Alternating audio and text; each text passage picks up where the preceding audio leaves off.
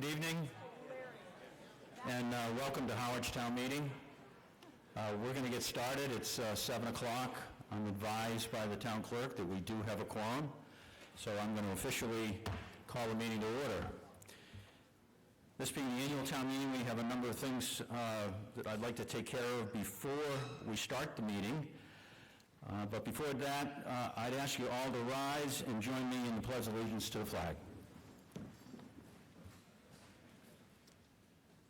I pledge to the flag of the United States of America and to the republic for which it stands, one nation, under God, indivisible, with liberty and justice for all. So a couple of informational things. We do have the CART reporter for those who have difficulty hearing. If you sit in this section, it's probably best because the screen will be right up here. It's easiest to read from those rows to my left. Everyone who wants to participate in the meeting should have picked up a voter card. Tonight we're kind of a robin's egg blue. You have to have one of these in order to participate. And anyone who doesn't have a voter card, you've got to sit in the bleacher section immediately to my right. That's for non-voters. Anybody who is in that section and has a card, move to the floor if you would, please. But all non-voters have to be in that bleacher section. At Harwich Town Meeting, our rules of procedure are our own. They're printed in your warrant booklet. The Board of Selectmen generally have them printed. They do this year as well. They're on pages 3 and 4. Those aren't all the rules of procedure, but they're the ones that are most often used. If we have a question that can't be addressed by our rules, then we go as our source to the Moderator's Handbook Town Meeting Time for anything of that nature. We have a motion chart.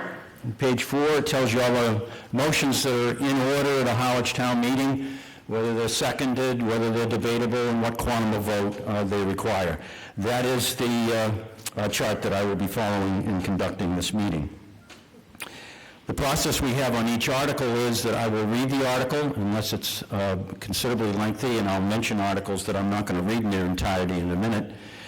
And once I read the article, I will then recognize, per our bylaws, the chair of the Finance Committee or some member of the Finance Committee, and if they have a positive motion, a positive recommendation, they will make that motion.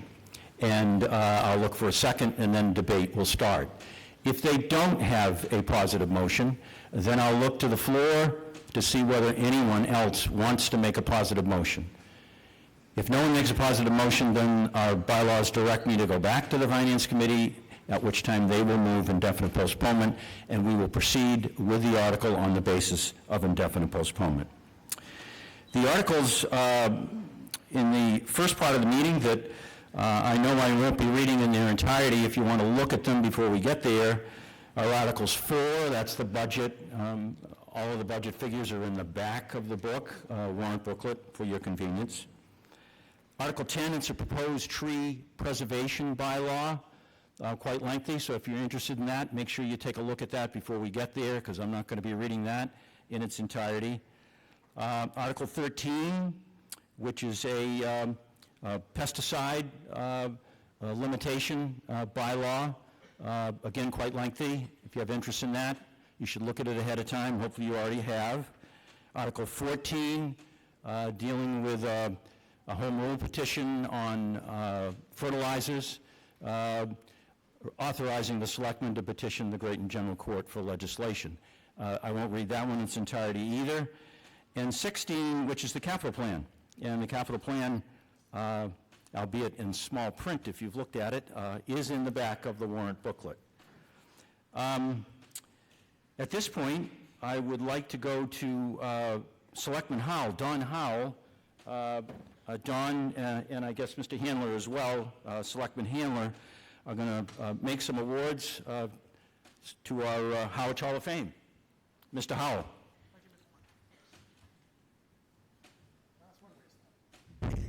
Thank you, Mr. Moderator.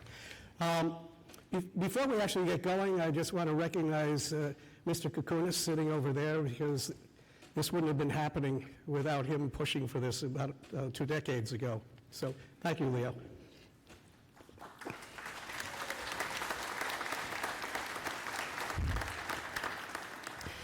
We do have an abundance of riches in this town, and most of them come from the people.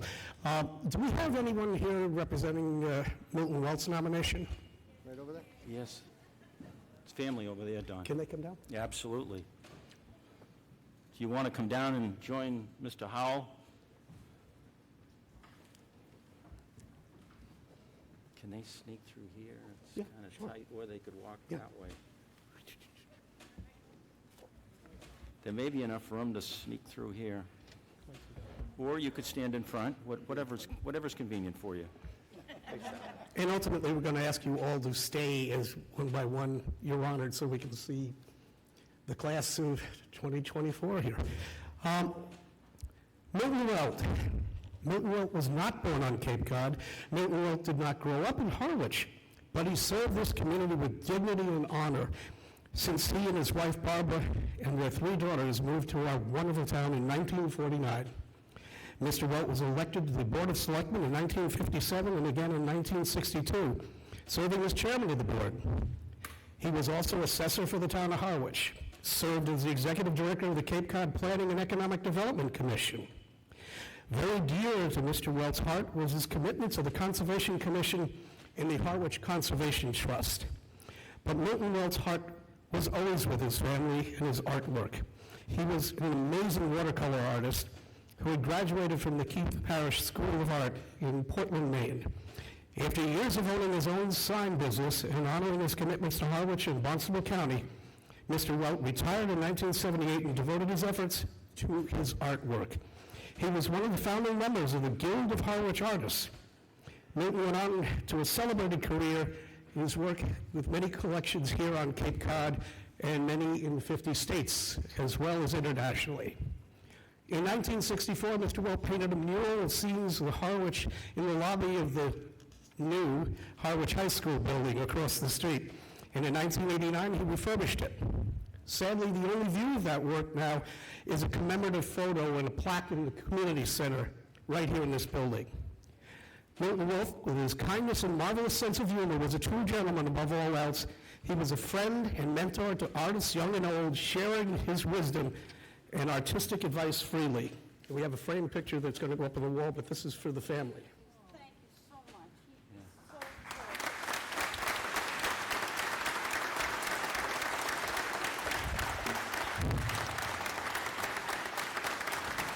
good. Well, hang in there. There's other people, and you're going to be all honored together.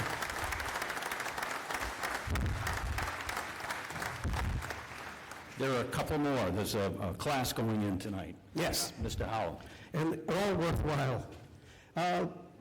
Angie, come on up.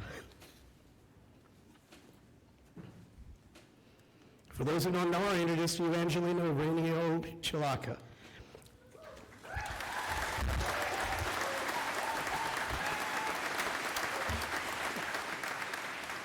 Angelina, also known as Angie, is a proud Cape Verdean born and raised on Cape Cod.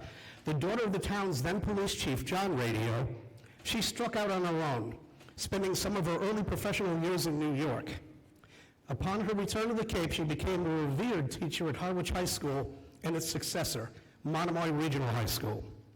Whether teaching health education or general science courses, she had a profound impact on all of her students and colleagues alike. Her personal warmth and approach won her affection of her students, faculty, and local residents alike.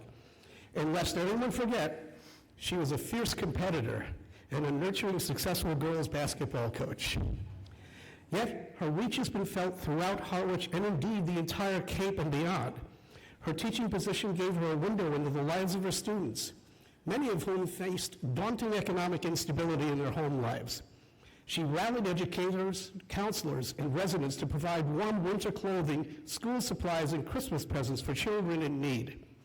Eventually, her ideas grew to become the Harwich Children's Fund, which provided clothing, food, various medical services, and more to the greater community. Somehow, she also found the time to volunteer with the Red Cross, serve as secretary of the Cape Verdean Multicultural Auxiliary, and act as a board member with Outer Cape Healthcare and the Harwich Council on Aging. In addition, she has been a longtime member of the MLK Action Team, where she has worked tirelessly for racial justice through various initiatives. Her involvement in the latter resulted in a book drive which collected 635 books featuring protagonists of color. These were then distributed to each third grade teacher in both Monomoy and Nauset school districts. That endeavor alone resulted in 40 new books for each classroom. Cape-wide recognition came her way later in her life as she was named the 2022 Mercy Otis Warren Cape Cod Woman of the Year. Angie has always had the interests of her beloved community at heart, and hers was perhaps the largest heart of her generation. Angie Chalaka.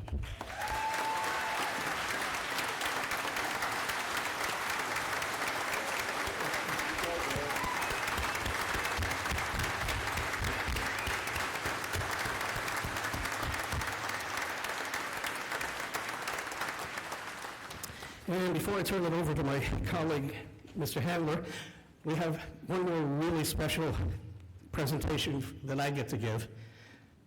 Albert Radio.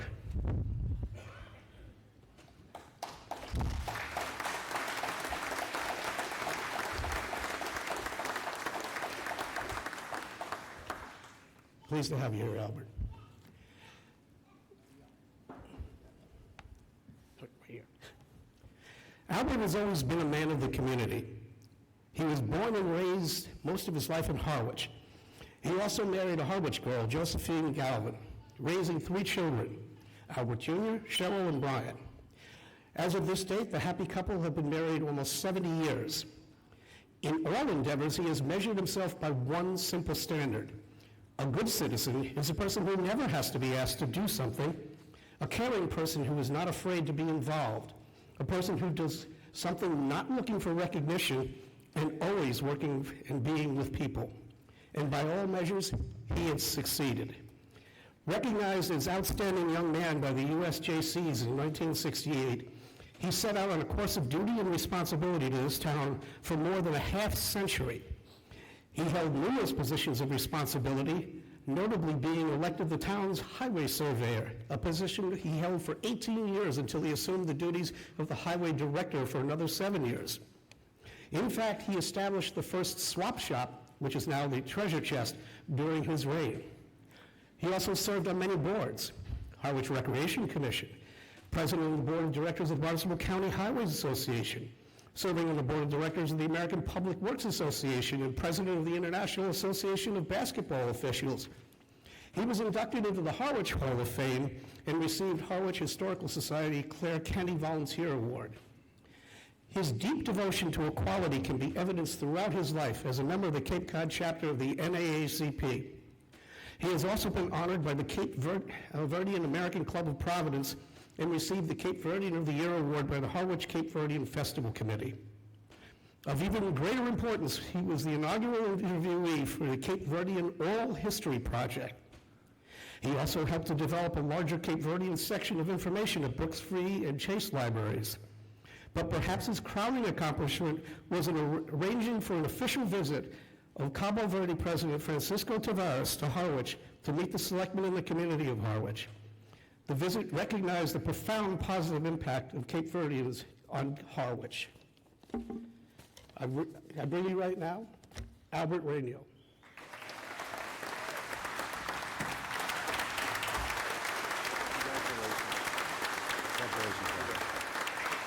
And this is for you to take home.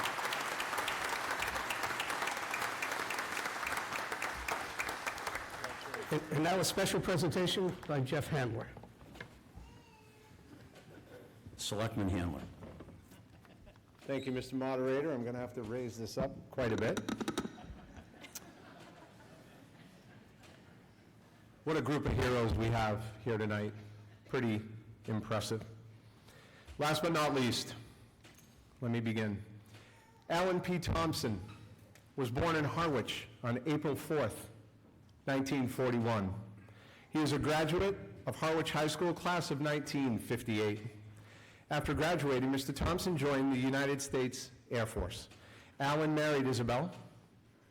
He has 2 children, Scott and Shannon, and 5 grandkids, Savannah, Serafina, Jack, Molly, and Matthew. And I'm so sorry, would you both like to come up, please?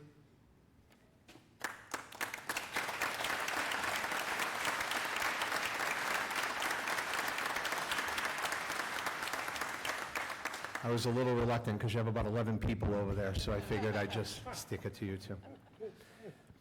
Alan commenced his long journey of public service in 1965. It began on a sour note with an election lost by 9 votes. Undaunted, the following year, he was elected to the Park Commission, where he oversaw the merger of the Parks and Recreation Commissions. By 1971, he was appointed to the Finance Committee, serving as a member and later Executive Secretary for a period of 10 years. Subsequent to this, he variously served as a member of the Town Meeting Study Committee, the Capital Outlay Committee, and the Historical Committee until his election in 1986 to the Charter Commission, which would transform Harwich into its current form of governance. From this point, Alan's dedication to the town blossomed. He was elected to the Board of Selectmen for 3 terms. During this time, he served on the Brooks Academy Museum Committee, the Town Hall Building Committee, and was the chair of the Board of Selectmen as this town celebrated its 300th anniversary of its founding. But perhaps his fondest accomplishment was helping to found the Pleasant Bay Alliance with Chatham and Orleans. He served as its chair for decades. Water quality for the town's residents had become his passion. As the town took its first serious look at installing sewering, Alan was appointed to the Wastewater Advisory Committee. Finally, he was appointed in 2010 to the Board of Wastewater Commissioners, where he subsequently was elected and re-elected for many, many years. During that time, the scope of the Water Commission greatly expanded to include jurisdiction over wastewater. Thus, Alan spent the latter part of his life assuring the quality of drinking water would remain assured for future generations. Truly, Alan, for over 50 years you have devoted your life to this town that you love. Thank you very, very much. Alan Thompson.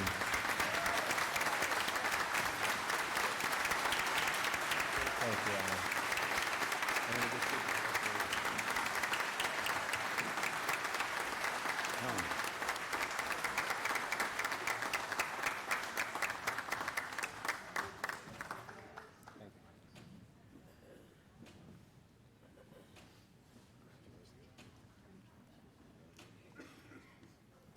A lot of history here in Harwich tonight.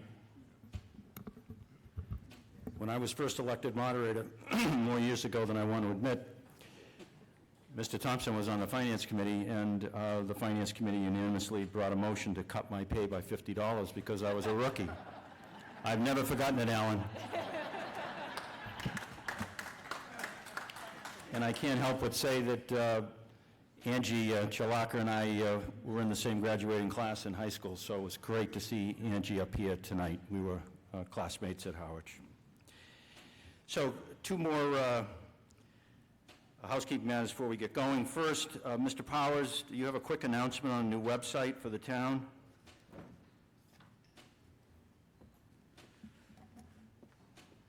Yes, good evening, Mr. Moderator. Thank you. Very quickly, as our Information Technology Director shows us, we wanted just to advise the town that on June 17th, we will be rolling out our updated and our new town website. Sarah and the team have done some great work on that. We'll have more information going forward ahead of the rollout. But the intent of this integration and update is to make sure that our website going forward is much easier to navigate and has much more useful information. We're going to tie to all the things we tie to now and use a number of different resources going forward. So the new website going live June 17th. Thank you, Mr. Powers. I'll now recognize the town clerk, Emily Mitchell, for the return of the warrant.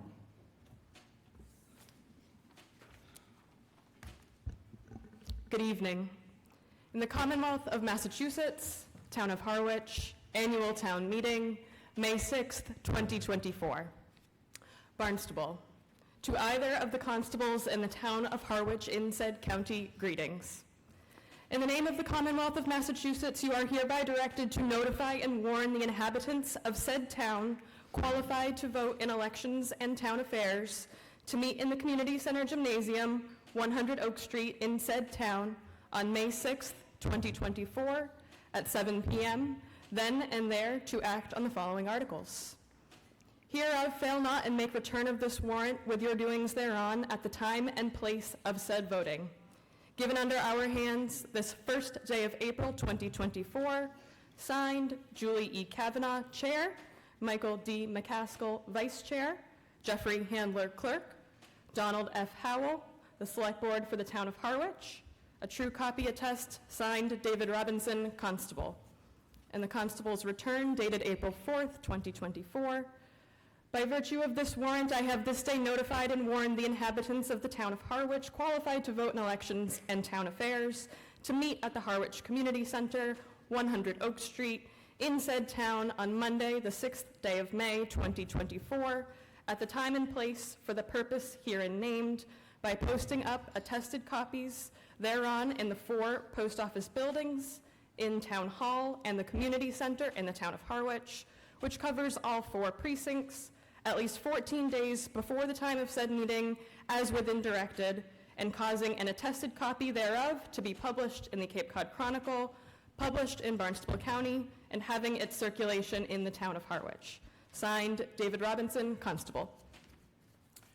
Thank you, Clerk Mitchell. We'll now go to Article 1. To see if the town, to choose various town officers and committees. Mr. Hughes. Thank you, Mr. Moderator. I move that Article 1 be accepted and adopted as printed in the warrant. Motion under Article 1 is accept and adopt, and it has been seconded. Is there any debate? Hearing none, I'll put it to a vote. All those in favor of the motion as read so signify by saying aye. And those opposed by saying no. The motion carries. At this time, the moderator makes the following appointments. I appoint Peter Hughes to a 3-year term on the Finance Committee. I appoint Dan Turek to a 3-year term on the Finance Committee. And I appoint Scott Norum to a 3-year term on the Finance Committee. I appoint James B. Stinson, Esquire, to a 3-year term as a trustee of the Caleb Chase Trust Fund, and I reserve the right to make any other appointments at a later date. Article 2. To hear reports of our town officers and committees for the year 2023. Mr. Hughes. Want the motion or want the report? The motion. Okay. Mr. Chairman, I move that Article 2 be accepted and adopted as printed in the warrant. It's moved and seconded under Article 2 to accept and adopt. Is there any debate? Hearing none, I'll put it to a vote. All those in favor of the motion as read so signify by saying aye. And those opposed by saying no. Motion carries. I'll now recognize Mr. Hughes as Chair of the Finance Committee for the annual Finance Committee report. Thank you, Mr. Moderator, and good evening, ladies and gentlemen. Along with my 6 colleagues on the Finance Committee, we attempt to provide financial oversight to the Harwich financial matters. In the run-up to this town meeting, we have reviewed budgets, plans, and requests which are seeking funds to operate and maintain the very special place we call Harwich.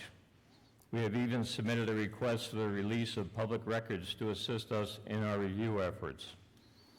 Now, as we gather to conduct the business of the town of Harwich, I think it's important to remember the economic environment in which we are now participating. Inflation is high and persistent. The cost of everything has increased significantly, and the town feels it as much as you do in your everyday financial matters. The grants and financial stimuli associated with COVID-19 have expired and are no longer available. The cost of borrowing has increased. Good news for those with CDs or T-bills, but bad news for the cost of servicing town debt. Now, 1 year ago, at this town meeting, we enjoyed our $7.2 million of free cash. For this meeting, our free cash is $2.9 million, which is 40% of what we had available last year. The town operating budget request, you will hear in a few minutes, represents an 8.1% increase year over year. So how do we go from a budget message in the fall of 1.2% to 8.1%? The driving forces for the increase include the following: the addition of a human resource director at $90,000 for salary and wages, plus $30,000 in startup expenses. Increased administration compensation. Increased debt service by 27%. A $231,000 increase in fire department overtime to provide for an improved level of service.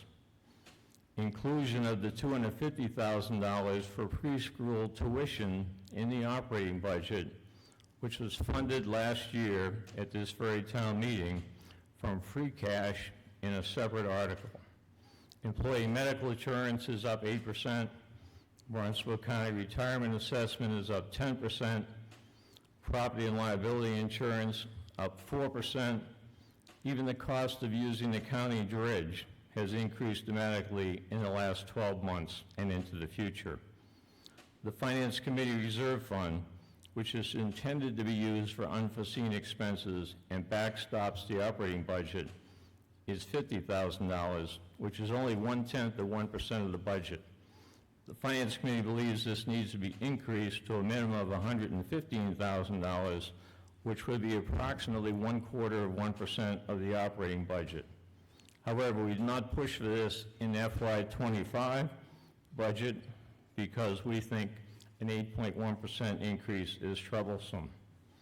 Such a significant increase in the budget is not sustainable, as estimated revenues are not keeping pace with estimated expenses. The preparation and review of materials to support this town meeting were time challenging. The late certification of free cash and last-minute article inclusions provided a compromise or compressed time period in which to work through these items. The FinCom recommends, post-town meeting, that a working group be considered in the very near future, tasked with improving the process as we move forward. Now, assuming you follow the recommended funding articles in the warrant, you will have spent virtually all of your free cash with little or no contribution to reserves. And finally, I was asked the other day, how are the town's finances? I simply replied, the town is in great shape, but I'm not sure about our taxpayers. Moving forward, we must stop the growth of the government and scrutinize every expense, and we thank you, the Finance Committee, for the opportunity to serve you and look forward to a very successful town meeting. Thank you. Thank you, Mr. Hughes. I'll now recognize somebody from the Planning Board, I'm sorry, I can't remember who it was, to report on the local comprehensive plan. Is that on? Probably. Oh, It is, it is. You're all set. Hello, everyone. I'm Yeah. Joyce McIntyre. A little distinction, I'm actually the chair of the local planning committee, not the planning board. But by the state, I visited with you all last year and gave you an update on what we're doing. Required by the state, Harwich has to have a long-term comprehensive plan. And myself and a spectacular committee, many of whom are in this room tonight, have been working diligently on your behalf for the last year. And the point of that committee is really to plan for Harwich's future using the best data and really our best thinking, kind of in an unpressured way out of the realities of town meeting. And in the last year, we've really solicited broad community input, and many of you have participated. We've heard from over 1,200 of you in a variety of mediums, and thank you for participating in that. It's incredibly important. And there's an enormous consensus about kind of where we're going as a community and what the issues are that are facing us. Number one, you said you really care about the people and the community of Harwich. And what does that also mean? That means that clean water is important. Protecting our irreplaceable resources are important. Creating and maintaining opportunity for our children and our citizens to thrive, and creating responsible economic opportunities around what makes Harwich unique, including the arts, also including housing. Those are all really important. And the data is public. It's broadly distributed. It's going to be on our new website, so it's going to be more accessible. But there's a remarkable amount of consensus. And this coming year, there will be sort of formal recommendations made. We're going to continue to seek your input, so there's an opportunity to participate in that. And actually this fall, with specific recommendations, we're going to be visiting all the boards that do such a wonderful job of caring and maintaining our town to make sure we're getting it right in terms of the ideas, but also the granular implementation that we can do. So I will be back next year, and the goal is for you guys, I think we're right on time, actually maybe a little ahead of schedule, for you to ratify that long term. That's the local comprehensive plan next year. So thank you. Thank you for that report, Ms. McIntyre. Article 3, see if the town will vote the salaries of the elected officials of the town for the fiscal year commencing July 1st, 2024 and ending June 30th, 2025 as follows. I'll not read that chart. Mr. Hughes, do you have a motion? Thank you, Mr. Moderator. I move that Article 3 be accepted and adopted as printed in the warrant. So the motion under Article 3 is accept and adopt as printed in the warrant. Is there any debate? Hearing none, I'll put the matter to a vote. All those in favor so signify by saying aye. And those opposed by saying no. It is a vote. Article 4, Town Operating Budget. I'm not going to read this in its entirety either. The budget's in its entirety is in the back. Mr. Hughes, do you have a motion? I do. Thank you, Mr. Moderator. I move that Article 4 be accepted and adopted as printed in the warrant, and the sum of $45,732,309 be appropriated for the purposes listed in Appendix B under the column titled 2025 Select Board Recommend, and further, the sum of $41,670 be raised and appropriated, and the following amounts be transferred as follows. $2,000 from Septic Loan Betterment Fund, $15,000 from the Skinnicut Road Betterment Fund, $50,000 from the Ginger Plum Lane Betterment Fund, $78,000 from the Allen Harbor Betterment Fund, $226,964 from the Cable Peg Fund, $95,200 from the Golf Improvement Receipts Reserve Fund, $200,000 from the Waterways Management Receipts Reserve Fund, $200,000 from the Harbor Improvement and Maintenance Receipts Reserve Fund, $400,000 from Overlay Surplus, $861,327 from the Water Enterprise Fund, $62,148 from the Water Enterprise Fund, and $500,000 from the Wastewater Special Purpose Stabilization Fund for the purpose of funding the fiscal 2025 operating budget for a total budget appropriation of $45,732,309. Thank you, Mr. Hughes. Do I hear a second? Second. Motion's been made and seconded, and I'm not going to read its entirety. It is the same figure as listed in your warrant article, $45,732,309, and the various sources of funding are the same as listed in the warrant itself. Before we go to debate on the operating budget, our charter requires the selectmen to present the budget to the town meeting, and for that, I'll go to the chair of the select board, Julie Kavanaugh. Thank you, Mr. Moderator. Good evening. On behalf of the Select Board, Finance Committee, Town Administration, welcome to the 2024 Annual Town Meeting. I would like to thank the Town Administrator, Finance Director, Finance Team, Department Heads, staff, committee chairs, and committee members, Finance Committee, and you, Town Meeting. We thank you for your participation. You will find 53 articles for your consideration in the warrant this year. It is an honor, on behalf of my colleagues on the Select Board, and as required by Chapter 9, Section 3, Clause 4 of the Town Charter, the town operating budget for fiscal year 2025, commencing July 1st, 2024. The details, which are located on page 10 of the warrant, page 2 of the motion book, and page 1 of the Finance Committee recommendation book. Tonight, we ask you to support the Select Board budget of $45,732,309 to fund the operating budget of the town's departments, which in turn means the programs and services we provide to the residents, taxpayers, and visitors in our town. This budget increased 8.1% in total over last year's budget. As the explanation on page 10 of the warrant shows, the three major components of expenditures are departmental budgets, $31,303,818, up 5.5, which reflects salary and wages that constitute contractual obligations, cost of living increases, and inflation, as well as expenses supporting programs and services. The debt service in the amount of $3,534,589, up 39.1% year over year.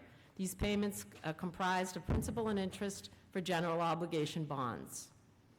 Semi-fixed and fixed costs in the amount of $10,893,902, up 8.1% year over year. The list of items appears on page 4, Appendix B. This amount includes the town's mandatory retirement contributions to the Barnstable County Retirement System and reflects a 9.8% increase, as well as insurance, including health and general insurance and deductibles. The group health insurance costs increased by 8%, and there was a 4.5% increase in property and liability insurance. The numbers cited are a reflection of the current environment in which we are all living. People are living longer, they're retiring, they're reaching their retirement age, and their right to retire, and our obligation to pay those retirement dues. People are growing older, and also the health insurance costs continue. As I'm sure you all know, health insurance costs continue to rise. It's no different for the town. The health insurance and liability insurance costs continue to rise, and I'm sure that you've all looked at your own homeowners policies, those of you who are lucky enough to own a home, and have seen the increases on your own budgets. The town is also responsible for paying $29,976,982 for the Monomoy Regional School District, which is Article 5 for reference, and $2,204,820 to Cape Cod Tech, which is Article 6 for reference. In addition to this budget, there are an enhancement of services as outlined in the warrant and fully endorsed by this select board. That new full-time benefited position of human resource generalist and related fringe benefits, human resource programming, and funds to support merit increases throughout the organization totaling $115,000 in line 29 and $30,000 in line 30. The HR position has been discussed extensively over the last few years by the Select Board. It's an important position needed for all employees to have a designated full-time person to assist with onboarding, medical and retirement benefits, and other employment-related matters as they may arise. The Select Board has listened to the public, and we support the need for a dedicated human resource generalist position. The Fire Department, Department 220, line 76 in Appendix B. Additional overtime for shift coverage totaling $231,190.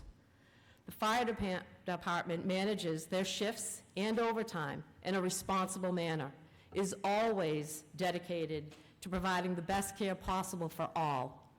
This overtime allows for a minimum shift of 8 personnel, which means there will never be less than 2 in the station to respond to the next call. I think that's an important note in considering that amount, because if you're the person in the ambulance and the next call comes in, you don't want to be the person in the station by yourself. Community Center, Department 540, line 111 in Appendix B. $52,000 for building enhancements, including additional security cameras and monitors, blinds, furniture, and cleaning. These items are necessary for maintenance and safety purposes. Based on the success of the preschool family support program that we introduced in an article last year, we have incorporated $250,000 in the budget this year to continue to provide assistance to parents and guardians in educating their preschool children. This program has been highly successful, and as of April 1st, 65 children were enrolled. To be eligible, children had to be 3 or 4 years old by August 1st, 2023, with proof of residency in Harwich. 89% of children received an average award of $4,000. 8% received $2,000, and 3% received $1,000. 95% of the funds have been used, and there is a child on the wait list that may be able to receive funds once the final calculations are determined. I would say that that's a huge success and helps defray some of the cost and the burden of childcare on families trying to raise their children and remain in town. This budget was built to ensure a continuation of the programs and services we have all come to rely upon, as well as add in key areas, as I just mentioned.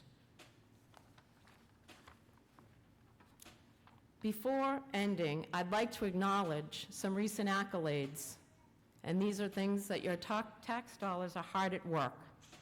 Water Department Awards. DEP acknowledged the Water Department for its outstanding performance in 2023. The system achieved one of the top scores in the medium and large community system category of the 2024 Public Water System Awards program. Cranberry Valley Golf Course, recognized as one of the top 6 golf courses in Massachusetts. Monomoy Regional High School has risen to 76 of the 351 Massachusetts schools ranked, one of only 5 Cape Cod high schools in the top 100.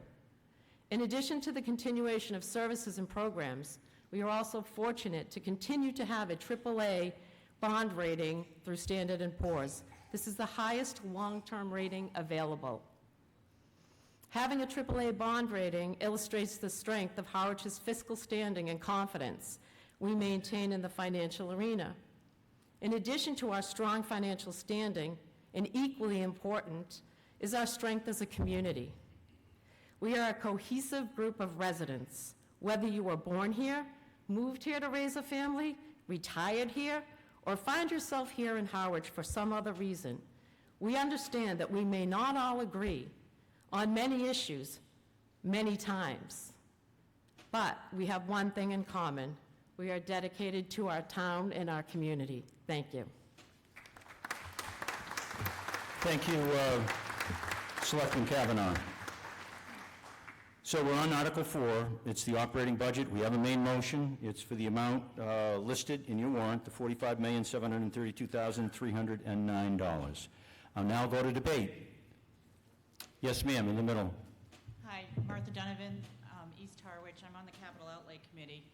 Can you just, Julie, that was a great summary, thank you, that was really helpful. But there were 2 departments that had significant increases that you didn't cover. The town clerk was up 19% and the harbor master was up 36%. Can someone just give us an idea of what's driving those departments? And also for the debt servicing number that was up close to 39%, can you tell us what debt and what the purpose of the debt was that you're adding in fiscal year 25 that's driving that increase? Thank you. Mr. Powers. There were 3 questions: clerk, harbor master, and debt. Thank you, The Mr. increases in each. Thank you, Mr. Moderator. Joe Powers, Town Administrator, and voter from Precinct 4. With regard to the town clerk, those increases, first on salaries, are related to a natural increase in the salary of the clerk that was voted under Article 3 that ties to our personnel bylaws. I believe the other expenses are related to election workers and expenses related to presidential elections. So we're in that cycle of an odd-numbered fiscal year that covers the even-numbered elections. I hope that's sufficient for the questioner. With regard to the harbor master, the vast majority of that expense is related to an unforeseen increase by Barnstable County and the dredge fees for the towns. This was very disconcerting for our managers and administrators, and certainly by extension, select boards and town meetings. However, the dredge program is critical for the town. That's why we've incorporated it into the operating budget, and that's why we'd ask your adoption of the same. And then last but not least, I believe it was debt service. May I ask just for a repeat of the question, Mr. Moderator? Yeah, I think she indicated it was going up 39%. I'm not sure on that number, but that's what the number was that she used. And she talked about what new borrowing is there for fiscal '25 that may result in the increase? Thank you, Mr. Moderator, and thank you for the questioner. So as the chair had mentioned before, the town knows that we have a AAA bond rating, and we know that because we're going through a borrowing. We're going through the process of a general obligation borrowing through our Hilltop advisors, our financial advisors, and through Standard & Poor's. In fact, that borrowing, the bond market process actually takes place later this week. So we will know what our interest rates are, but we have a general sense of the principle. So in that general obligation borrowing, it's $7.094 million. Next week, the Select Board is expected to be presented through our interim treasurer collector and I, with the town clerk present, the bonds that we'll get from the marketplace. The majority of these costs are related to wastewater and water. In fact, I think it's fair to say they're all related. Specifically, on the schedule that we have, there is $1.5 million that is related to sewer interconnection and planning. So that's the Comprehensive Wastewater Management Plan Phase 3. That $1.5 million was excluded by debt by you, the voters. $1.5 million related to the sewer project that's ongoing at Cold Brook. That was also debt excluded. $155,000 related to Pleasant Bay Watershed Section Sewer and the Chatham Interconnector. And that's a dollar amount that relates to our Phase 3, which we're going through. And those are costs that were not eligible for state revolving fund reimbursement. Then we have $3,835,000. You may recall this was an article at last year's annual town meeting. This is the replacement of the water main on Route 28, and we're trying to do that in advance of Department of Transportation paving that roadway and doing that work. So last year you approved that borrowing. This year we're going out to market on it. That was not debt excluded. We expect to rely upon the retained earnings from water rates from the water users, all of us. And then last but not least is $100,000 related also to the East Harwich Phase 3, which again, Select Board is going through that procurement process, and that will come next week. If I could go on further, though, with regard to, so that's the debt schedule. We know the principal payments. We're going to know very early on the interest payments. But to the chair's mention earlier of having a AAA bond rating, the interim treasurer collector and I participated in the bond rating call 2 weeks ago with Standard & Poor's. And in that, we had asked for general information. So I'll put the caveat out there. The town is in the middle of the process of going out to borrow. So what I'm about to tell you is general information. This is our legal caveat. We do not expect this necessarily to hold true, yada, yada, yada, because we have a book this thick with legal disclaimers. But we'll know very soon what the marketplace is. In talking with our financial advisors, they talked about where the marketplace has been. So there was a borrowing that other towns that shall remain nameless that went out with back in the end of April. There was one town that had a AAA bond rating like us. They got a rate of 3.15%. A similar town without a AAA with a AA plus went out, and they got 3.89. So the delta that we see there can be as much as 0.7%. So that's 0.7% more in interest if we didn't have the bond rating that we enjoy. A little bit more information on the debt service. I hope I've answered the questioner's questions. Thank you for the time, Mr. Moderator. Thank you, Mr. Powers. Any further debate on the budget? Yes, sir. Lou Urbano, I'm from West Harwich, Mr. Moderator. I've got two questions. One on account 698, which shows the cultural affairs expense of $2,500. Surely this is not the cost of operating 204 Sisson Road facility. Can you please tell us the total budgeted costs for that facility and the associated revenue that comes with that? On the second question, it relates to account number 149, and that is administrative salaries and wages. It does show an increase of 38.8%. I would like to know what part of that increase is outside of the new human resource position, and does it include an increase in compensation for our town administrator? And if so, could we get some reasoning and logic behind why we would give a raise if someone is looking for a position elsewhere? Thank you. All right, so we have a couple of questions. Anybody want to answer those from Mr. Urbano? Selectman Kavanaugh? Seems to be rising. The first is on 204 Sisson Road. The numbers you're referring to are the contractual obligations and the raises, et cetera, that are due to people. And in terms of anybody in our employment, that's the number you're talking about. We're not talking about anybody looking for a job. So just to be clear, those are contractual obligations. So that was 149. The other question was on 204 Sisson. Mr. Powers? Thank you, Mr. Moderator. I heard reference to Department 698, which is Cultural Affairs, Appendix B, page 404. So if you're looking at line 147, the figures that are related there are the salary for our Director of Cultural Affairs. That's line 145. Line 146 are the nominal expenses that relate to her ongoing programming. So the remainder of that question was, is there a figure somewhere for the total cost of 204 Sisson? And I think he also asked, do you have a number as to what the total revenue of 204 Sisson is? I think those were the last two questions. So with regard to is there a number, there is not a number in Appendix B for the total cost of that building. In fact, I think if you look early on in Appendix B, the only costs that are tied directly to buildings are minimal costs that the DPW uses for standard supplies, if you will. I do have information related to other articles that I could rely upon with regard to 204 Sisson Road. With regard to revenue to date, I'll look to my colleagues in finance to give me a number, and I'll bring it right back. If that's not in the budget, I'm not sure I'm going to entertain that at this point. Thank you. So any further debate? Looks like you're ready for a vote. And so the motion before you comes on the motion made by Mr. Hughes under Article 4. It's for the same total amount, $45,732,309, as listed in your warrant.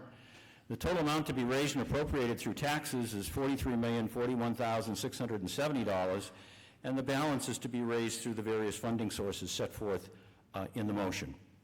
All those in favor of the motion as read will signify by saying aye. Aye. And those opposed by saying no. The motion carries. Article 5. See if the town will vote to raise and appropriate, transfer from available funds, or borrow such sums of money as may be required to pay for the Monomoy Regional School District assessment for fiscal year 2025 and to act fully thereon. Mr. Hughes. Thank you, Mr. Moderator. I move that Article 5 be accepted and adopted as printed in the warrant, and that the sum of $29,876,982 be raised and appropriated for the purpose of funding the town of Harwich's assessment for the 2025 annual operation of the Monomoy Regional School District. Motion's made and seconded under Article 5. The sum is $29,876,982. It's proposed to be raised and appropriated under the article for the annual operation of Monomoy Regional School District. Any debate?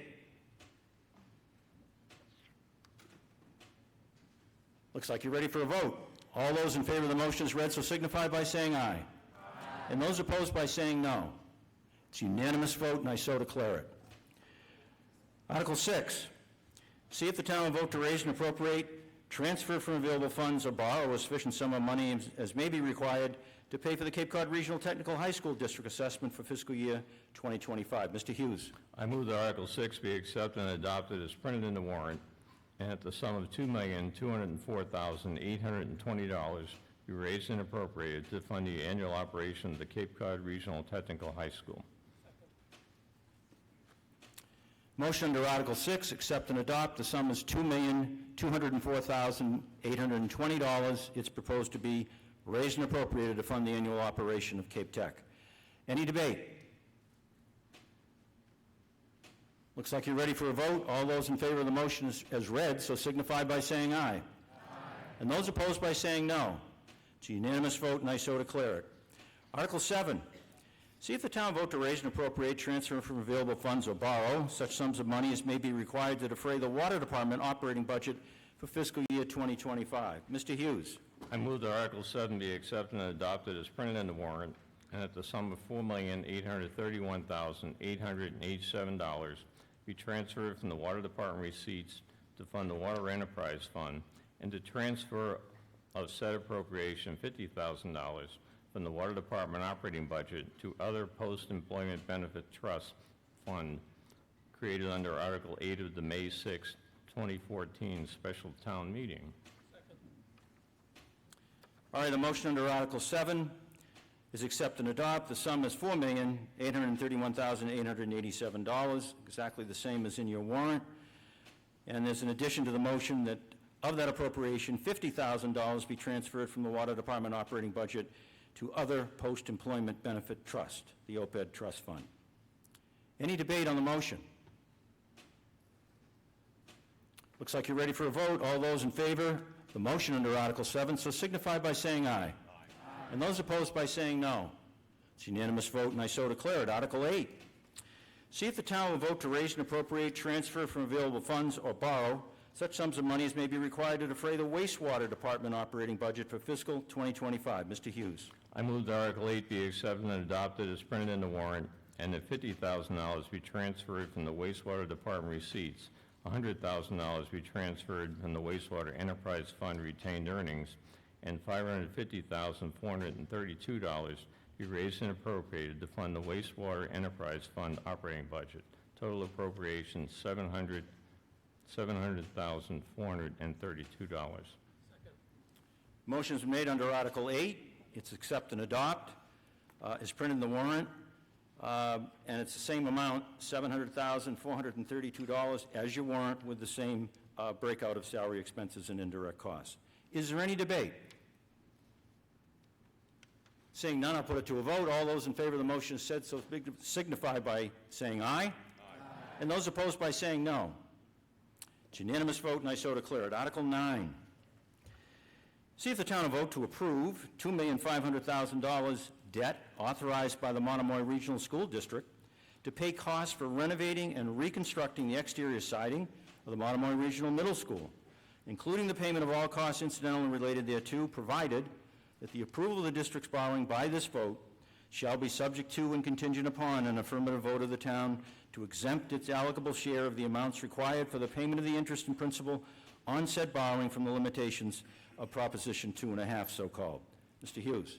I move that Article 9 be accepted and adopted, and that the town approve the $2.5 million debt authorization by Monomoy Regional School District to pay costs of renovating and reconstructing the exterior siding of Monomoy Regional Middle School, including the payment of all costs incidental and related thereto, provided that the approval of the district's borrowing by this vote shall be subject to and contingent upon an affirmative vote of the town to exempt its allocable share of the amounts required for the payment of interest and principal on said borrowing from the limitations on taxes imposed by Mass General Law, Chapter 59, Section 21C, Proposition 2.5, so-called.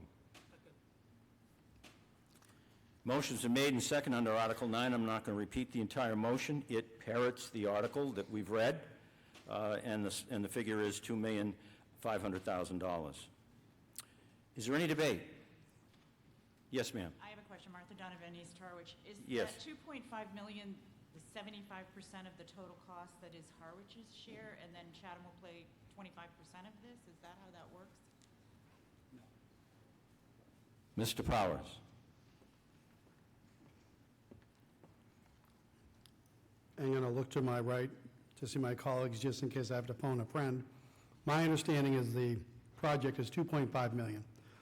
The portion for Harwich is roughly 75% of that, but the whole borrowing has to be approved by both towns. So 2.5 is the total amount. Yeah, that's correct. You want to introduce yourself, sir? I'm Mike McMillan.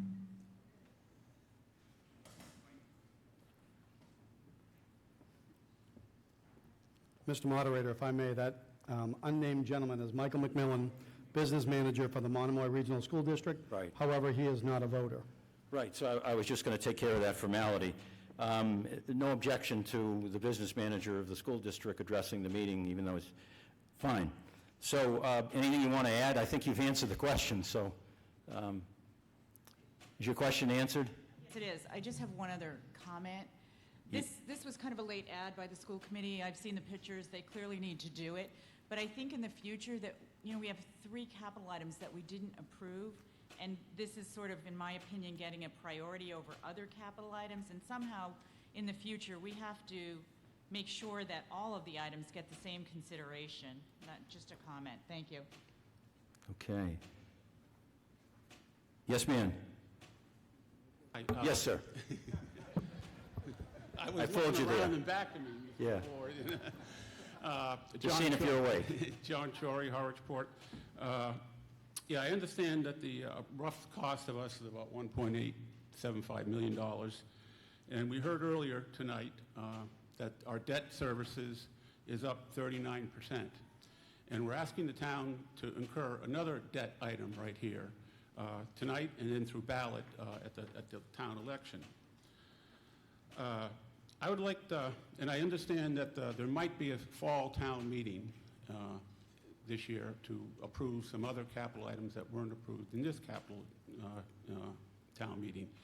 I'd like to make just a suggestion that instead of going out to bonding this and interest and payments on it, that we use the anticipated maybe, maybe not free cash, and we all know the free cash is not free cash. It's unspent taxes collected, is that we use any free cash, if possible, to pay this debt immediately, so we do not incur more debt. And I don't know how to make that happen, but that's just a suggestion.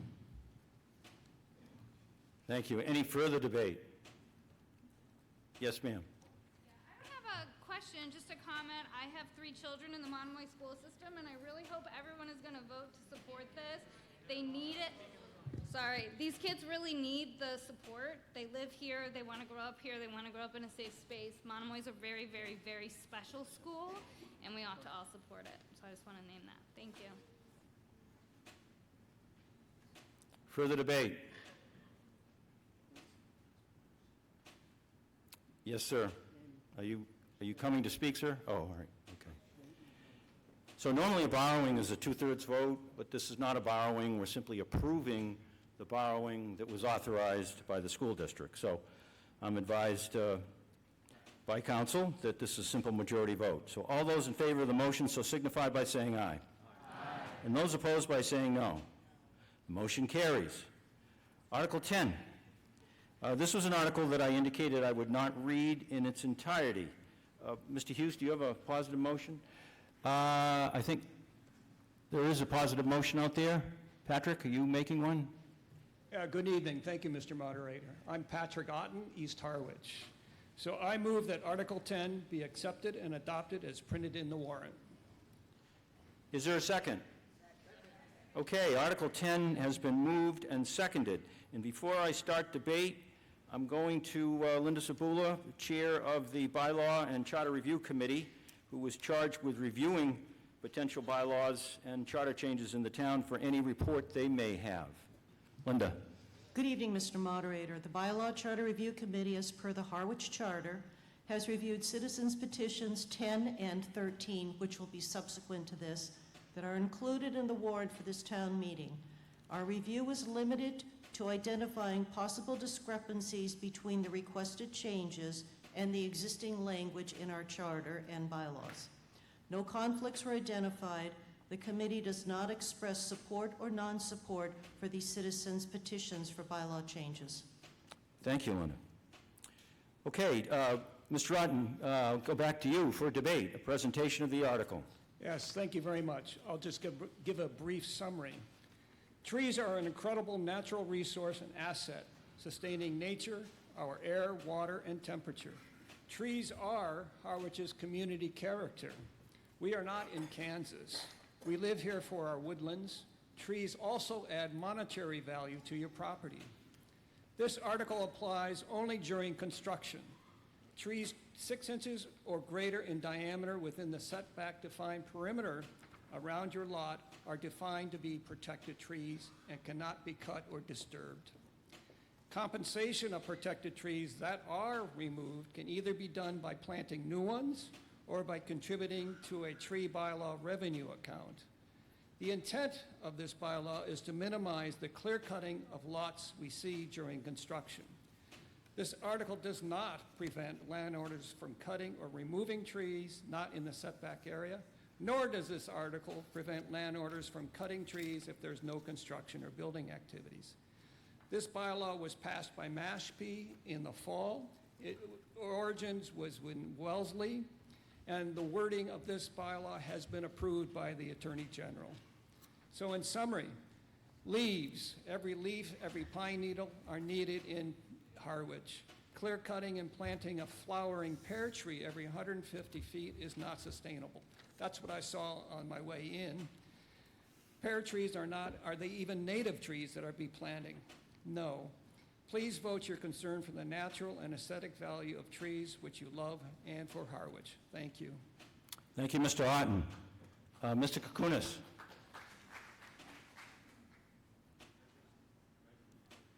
I don't think that's on, Leo.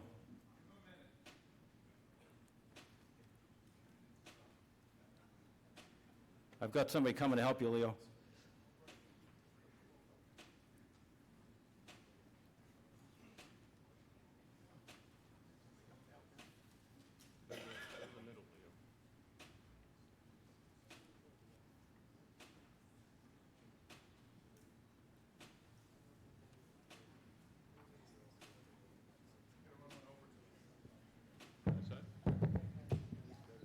One, two, 1, 2. Okay, thank you. Thank you, Mr. Moderator. I first of all want to clarify that I'm going to hold my comments for the main motion. I would like to amend the motion and use some time for that amendment, if that's okay with you, sir. An amendment is in order at this point. We simply have a motion to accept and adopt as printed at this point. So I would like to make the following amendment. For those of you that are following along, this is for Article 10. On page 23, section 175-3, applicability, under paragraph A, exemptions, there are a list of numbers 1 through 8. I would like to add a number 9. And the addition of that number 9 will be, and I quote, "This bylaw and/or action herein shall not apply to any agricultural operation or property as described in Mass General Law 128, Section 1A. Do I hear a second? Okay, Mr. Kahunas' motion to amend the main motion is now on the floor. Again, if you didn't follow him, we're on page 23 of the warrant. It's section 175-3, applicability, paragraph A, exemptions. He wants to add a new one, an additional one, a number 9. That the bylaw or any action herein shall not apply to agricultural operation or property as they are described in Mass General Laws, Chapter 128, Section 1A. Mr. Kukunis. Thank you. On the amendment only, sir, I would like to just state that I wanted to put this exemption in there to make it clear. We have very few active cranberry growers left in the town of Harwich. I am proud to say that I am one of them. And there are times and occasion, and although the petitioner may say that this does not apply to them, I want it clear in this if it should pass tonight, because many of them do have to clear their roadways, clear their overhanging trees to make sure they get good quality sun, or any other agricultural operation, whether it be a horse farm or anything else as described under 1A. So I would ask that you all support me in this amendment. Any further debate on just the amendment, and then we'll go back to the main motion? Further debate on the amendment? Hearing none, I'll put it to a vote. All those in favor of the amendment so signify by saying aye. Aye. And those opposed by saying no. The amendment carries unanimously. So we're now back on the main motion, which is to accept and adopt as printed with Mr. Kahunas' addition to the exemption provisions with a new number 9. Further debate on the main motion now. I see a group, or did you want to speak on the main motion, Mr. Kahunas? All right, you still have the floor. Thank you. On the main motion, for those of you that are watching the clock, make sure that you don't count the last bit because that was on the amendment. This is on the main motion. I first of all would like to ask a question through you, Mr. Moderator, and I believe maybe Ms. Sabula can answer this. Has this proposed bylaw gone through its normal course that the town does when they're proposing bylaws? Have there been meetings with department heads? Have there been public hearings where the public could go and put in their 2 cents? I know Ms. Sabula said her committee looked at it, but was it something where they were notified, where it was a hearing and that people could testify? That's a question. If you know, Ms. Sabula, whether or not there was a public hearing? There was not a public hearing, but it was noticed in a meeting agenda, posted according to open meeting law. Public was always invited, and Mr. Otten, the petitioner, did appear and discuss the article with the Bylaw Charter Review Committee. Thank you. Mr. Kokonis. Okay, thank you. I rise and ask that you not support this. First of all, there is a huge difference between a public meeting and a public hearing. A public meeting is where the board meets in public so you people can sit and listen, and sometimes, under the discretion of the chair, you are allowed to speak. Public hearings are entirely different. Public hearings are where you, the public, get to testify on specific aspects of the bylaw. This petitioner has circumvented what we do here in the town of Harwich when we want to propose bylaws. Many of you who have been to this town meeting prior have heard a report of the planning board, a report of the Board of Health. Tonight we've only heard from the charter to find out how it fits in with the charter. This bylaw needs to run its course. I don't care that it was adopted in another town, and I don't particularly care that it passes the state's muster. It's way too cumbersome. There's way too much involved in here for us to review it and debate it on this floor. Bring it back through the normal course, which is public hearings, so those of us who this affects want to attend, we can at those meetings make changes. And I'll have to tell you, I have at least 7 other amendments. 7 other. But I don't want to bring them forward tonight because this is not the place to be bringing amendments to bylaws. We have a system. Let's do it. Please turn this down this evening. Thank you. Further debate.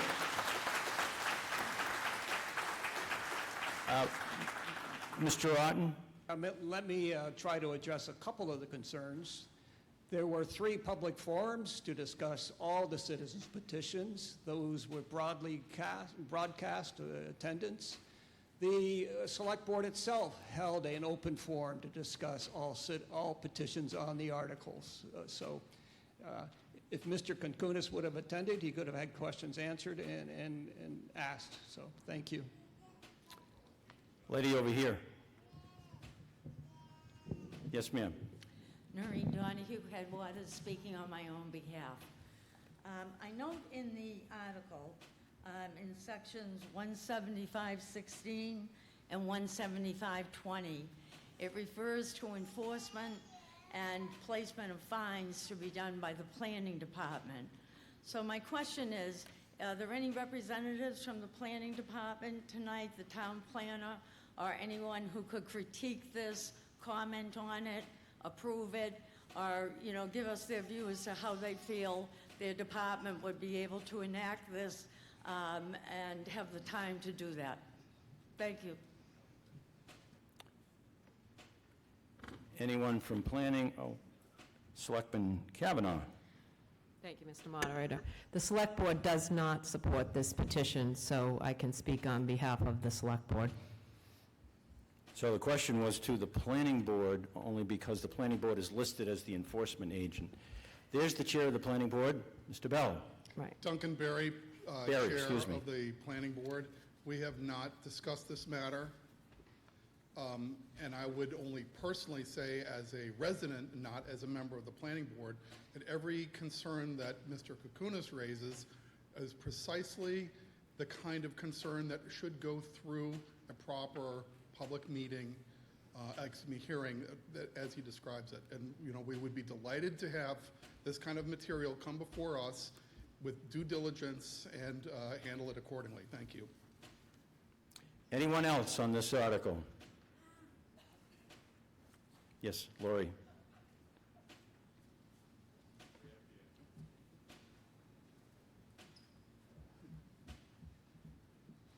Lori Moore, Parallel Street.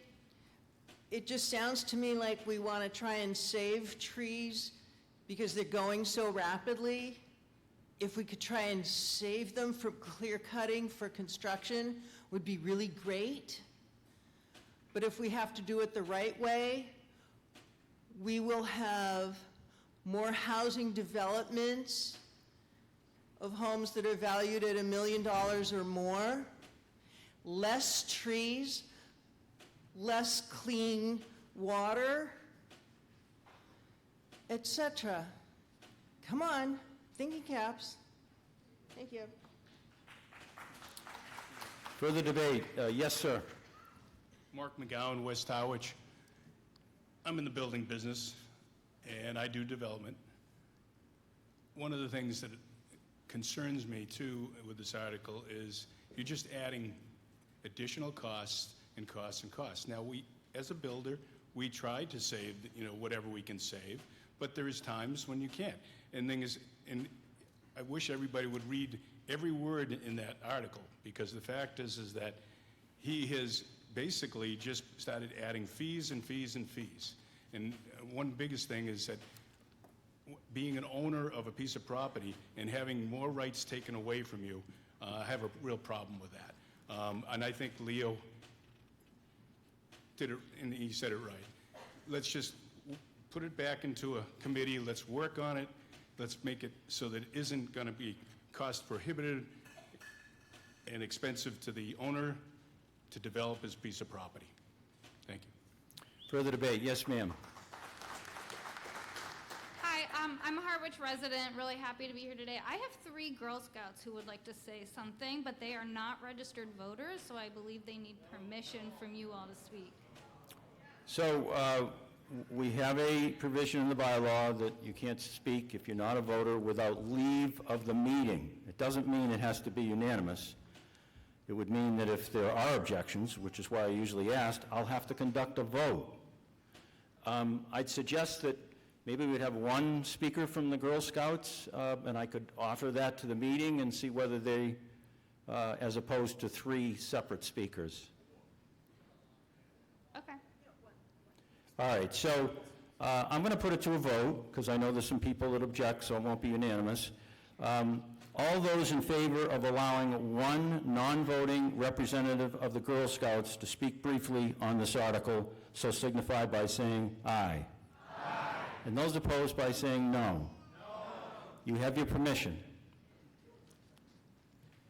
Could you give your name? My name's Tegan. Welcome. As a citizen of Cape Cod, the landscape is very important to me.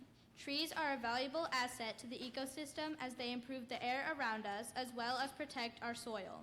Cutting down trees in the process of building without replacing them has a negative impact for the people who live here as well as the animals around it.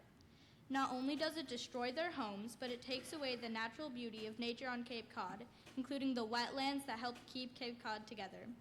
I support this citizen petition and firmly believe that we should protect the trees. Thank you. Thank you very much. Now go to this gentleman on my right. Yes, David Plunkett, Harwich Center. I just wanted to speak that I feel this is a large overreach, that I am co-owner of the Winstead Inn and Beach Resort, and Eastwood Properties did a large addition for us years ago, 10 years ago, and we had trees that were there, and Eastwood took them, had an excavator come in with a large bucket, pick them up, and remove them and transplant them to another place. Off property, it was in another property they were developing. So I think that this is an encumbrance to development, and if you're developing a community, you're going to have trees in place. That makes it a much more desirable place to live if you're having trees. So a developer's not going to want to cut and clear cut everything.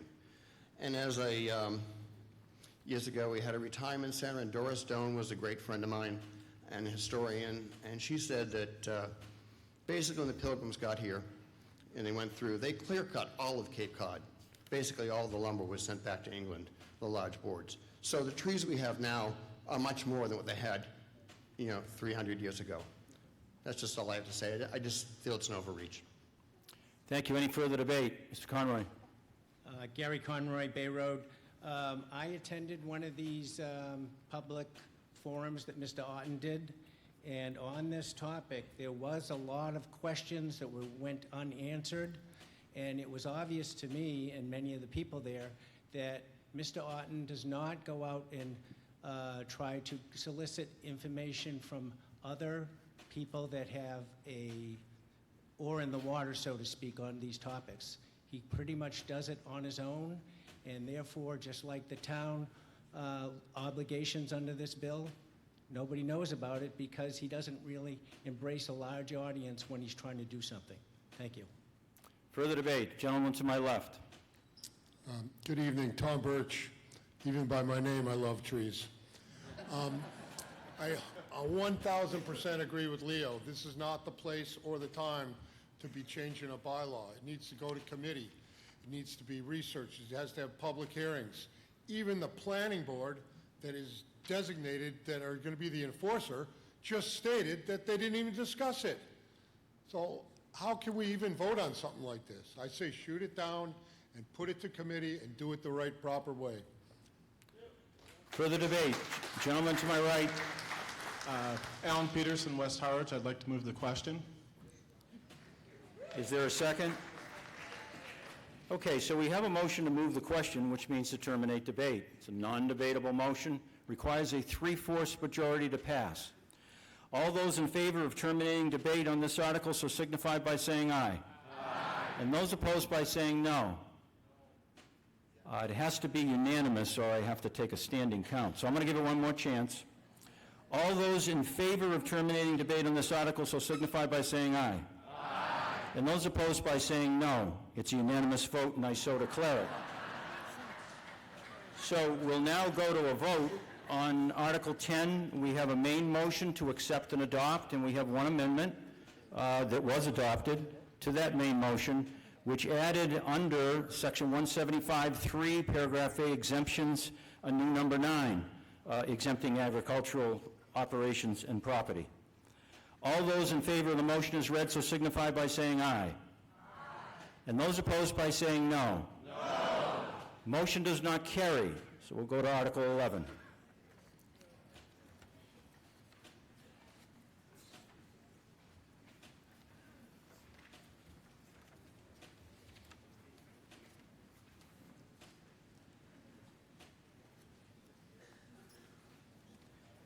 Article 11, see if the town will vote to raise and appropriate or transfer from available funds or borrow such sums of money that may be required for the purpose of funding the public access station, Cape Cod Community Media Center, 17 Shad Hole Road, Dennisport, Mass., providing the public access television to the citizens of Harwich and to act fully thereon. Mr. Hughes.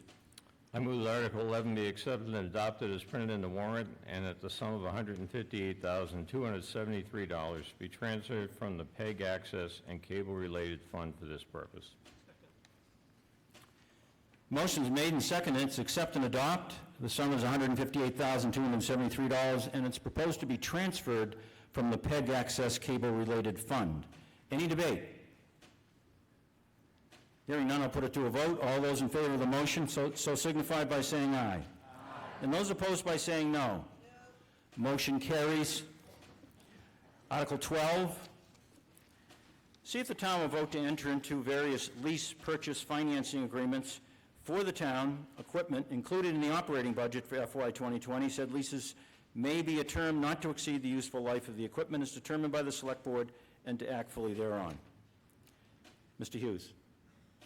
Do you have a positive motion? No. Finance Committee does not have a positive motion. Anybody want to bring a positive motion on this article? Seeing none, Mr. Hughes. Thank you, Mr. Moderator. I move that Article 12 be indefinitely postponed. It's been moved and seconded that Article 12 be indefinitely postponed. All those in favor of indefinite postponement so signify by saying aye. And those opposed by saying no. Article 12 is indefinitely postponed. Article 13, I indicated I would not read this in its entirety. It is a home rule petition to adopt a pesticide reduction bylaw. Is there a positive motion? There is. Yes. I move that Article 13 be accepted and adopted as printed in the warrant. Finance Committee's motion is accept and adopt as printed. Somebody want to speak to the article? Mr. Otten. Yes, thank you, Mr. Moderator.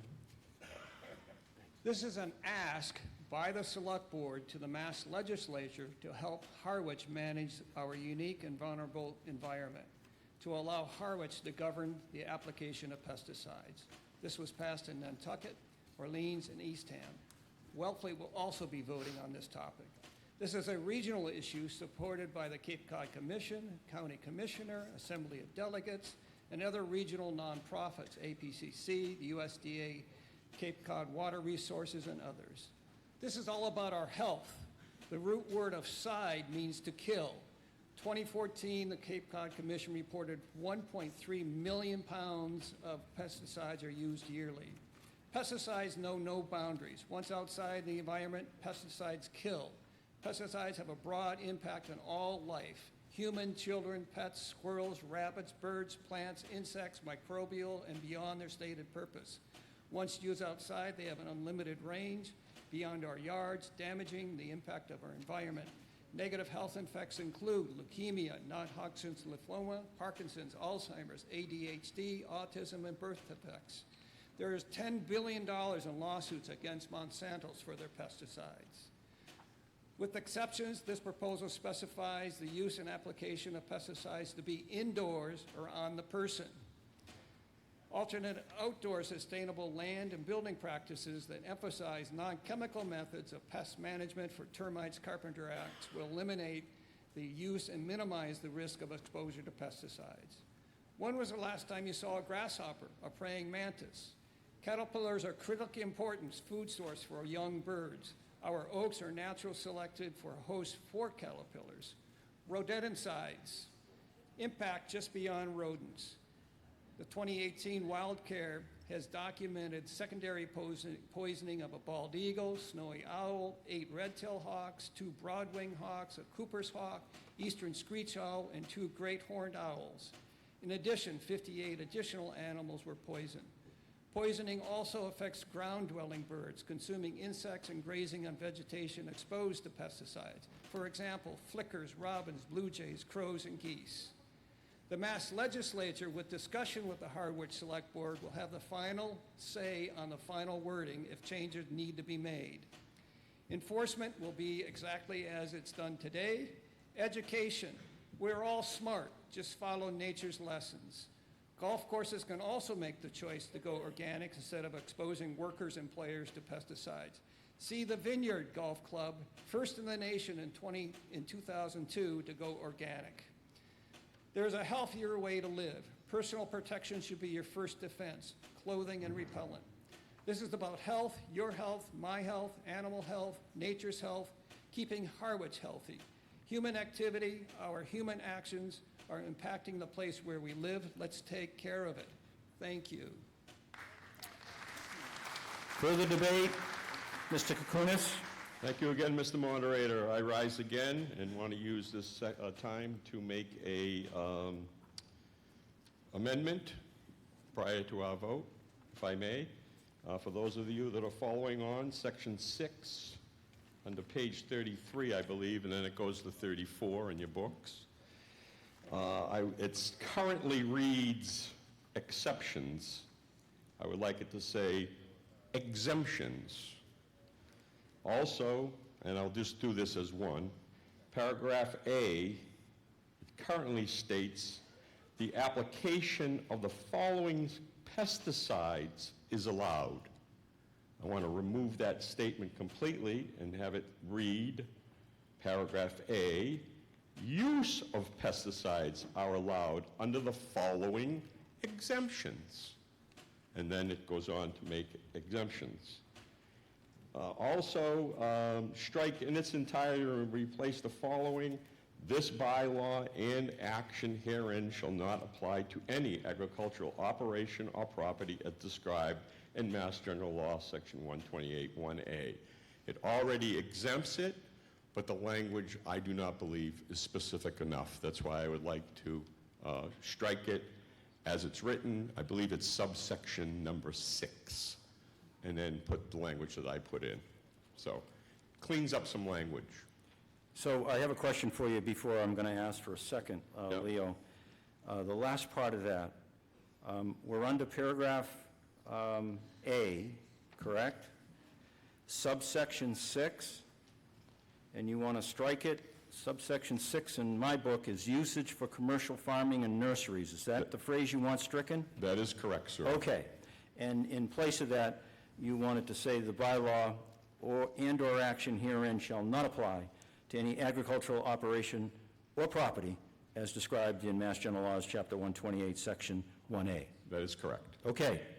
Do I hear a second to the amendment proposed by Mr. Kukunis? Second. Okay.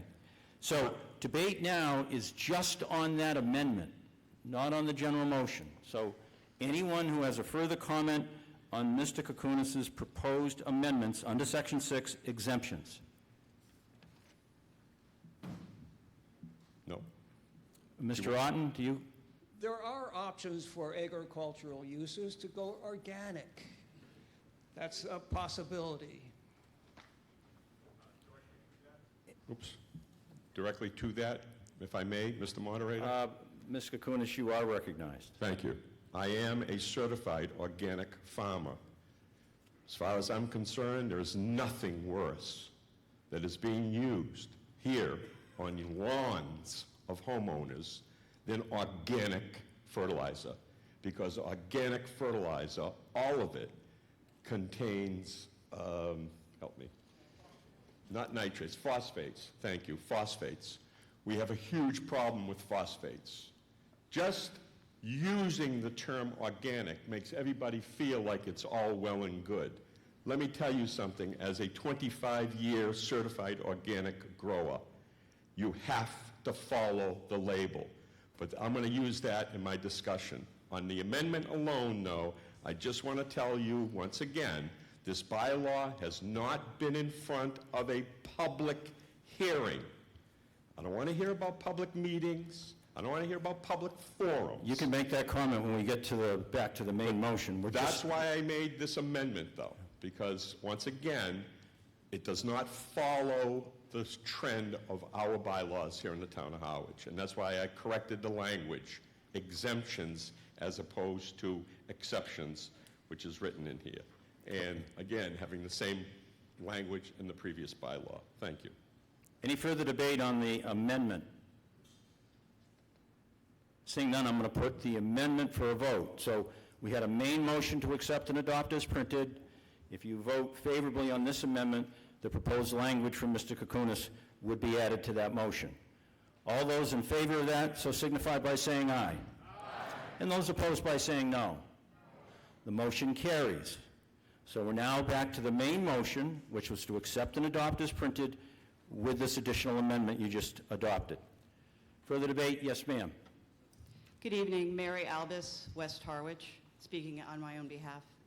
When someone contracts a pesticide company to spray their commercial or residential property, they do not do so with a plan to intentionally harm the environment, our water supply, beneficial pollinators, wildlife, domestic animals, or humans. But there is something called drift, which is the airborne movement of pesticides either in droplet or vapor form from an area of application to an unintended site. That's from the National Pesticide Information Center. The EPA estimates up to 70 million pounds of pesticides are lost to drift each year. And drift is not just agricultural, it's happening in our neighborhoods and on our streets. In my neighborhood, there is a property owner who contracts a professional yard chemical company every year. This neighbor was kind enough to share with me the company's spray schedule for his property, which I would like to read to you. The lawn is fertilized approximately every 6 weeks, April through October or November, 5 to 6 times a year. Ant sprays are once a month, May through October. 3 of those will also include the tick treatment, most likely May, June, and August. The driveway and flower beds will be sprayed for weeds at least once a year in May or June, and possibly again in August or September. It is not difficult to do the math. This 1/2 acre yard is the recipient of a variety of chemicals 15 to 17 times between the months of April and November. This is just one small yard in one small village of Harwich. Perhaps this one property is an extreme example of chemical application, but still, imagine how many properties in our 7 villages potentially overuse chemicals. Twice a year, this same property in my neighborhood receives a massive spray in which several of the applications that I just described to you above are applied on a single day. One such massive spray occurred just 1 week ago. It went on for 3 hours from start to finish. 3 hours. I watched it. 3 hours of chemicals being sprayed all over the property, on the grass, in the flower beds, along the fences, on the driveway, and around the foundation of the house. It was a windy day, sustained at 14 miles per hour with gusts at 23 miles per hour. Hours later, my husband and I could still smell those chemicals in our yard and all over our property. 3 days later, we could still smell those chemicals on our property. Drift happens.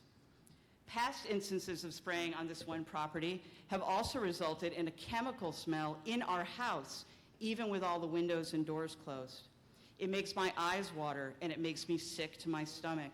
I am sincerely worried about the health of my family.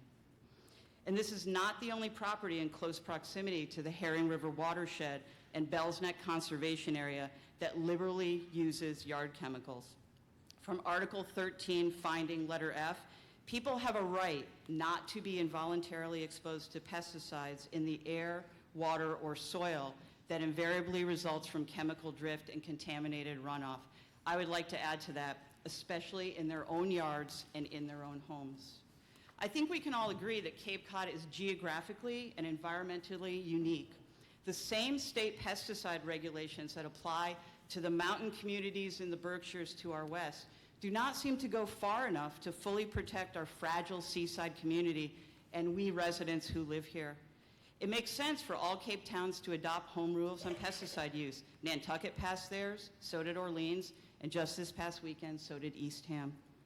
Finally, I fully support this article because it does not propose a ban. It proposes a reasonable reduction in pesticide use to protect everything we hold dear. This bylaw proposal also suggests exploring organic solutions and non-chemical methods for pest prevention, which is also a reasonable solution.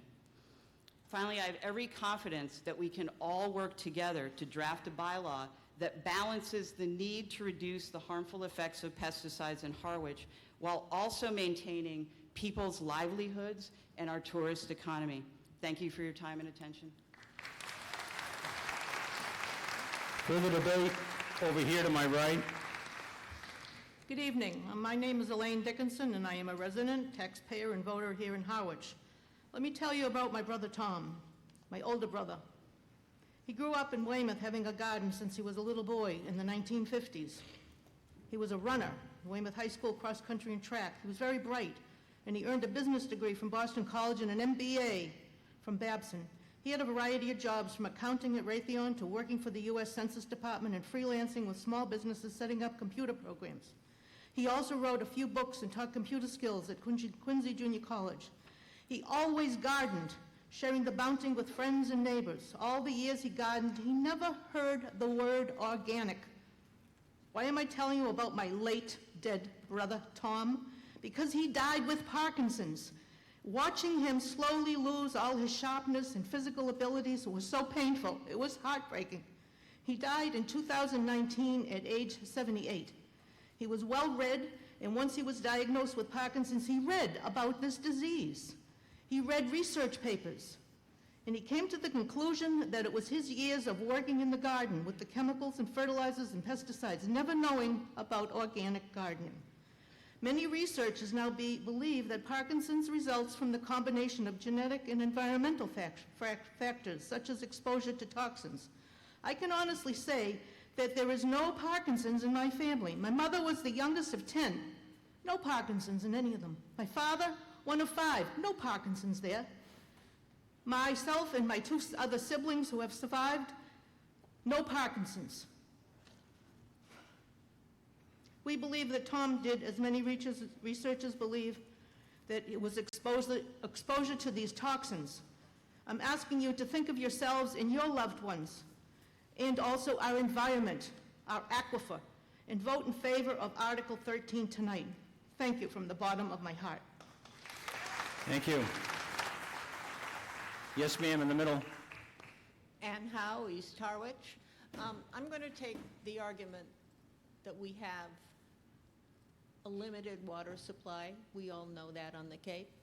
I'm going to take the argument that we're spending a huge amount of money right now to put in sewers, to protect it. I'm going to make the argument that we... Could you get a little closer to the mic there, 'cause they can't hear you. I'm going to make the argument, is that okay? I'm going to make the argument that we don't always know whether those chemicals, chemistry is moving on, and so is biology. We don't know what chemicals are going to do.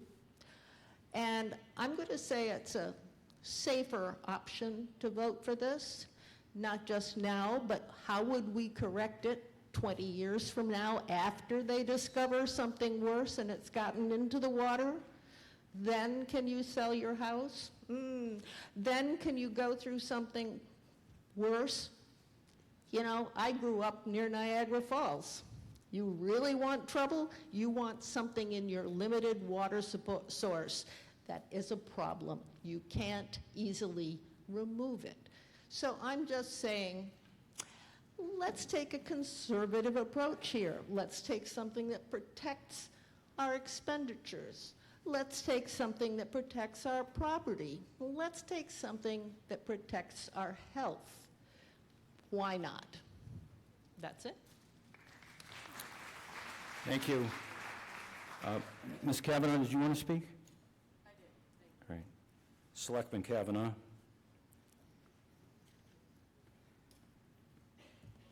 So just for clarification on this item, thank you, Mr. Moderator, it's important for people to understand that even if every town on the Cape were to get rid of pesticides, and we've just heard a million reasons why, nothing's going to change unless the state was going to restrict it and no longer make it available for use.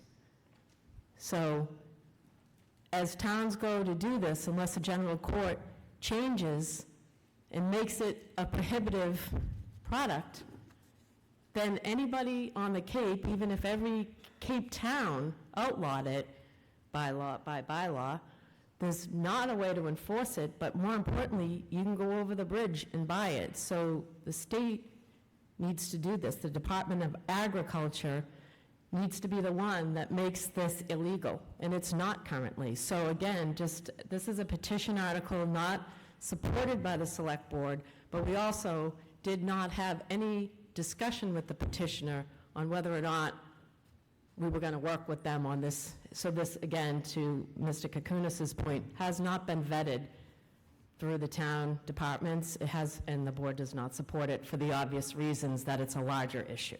Thank you. Okay, so I'm now going to Mr. Kukunis. You wanted to speak on the main motion as amended. Thank you, Mr. Moderator.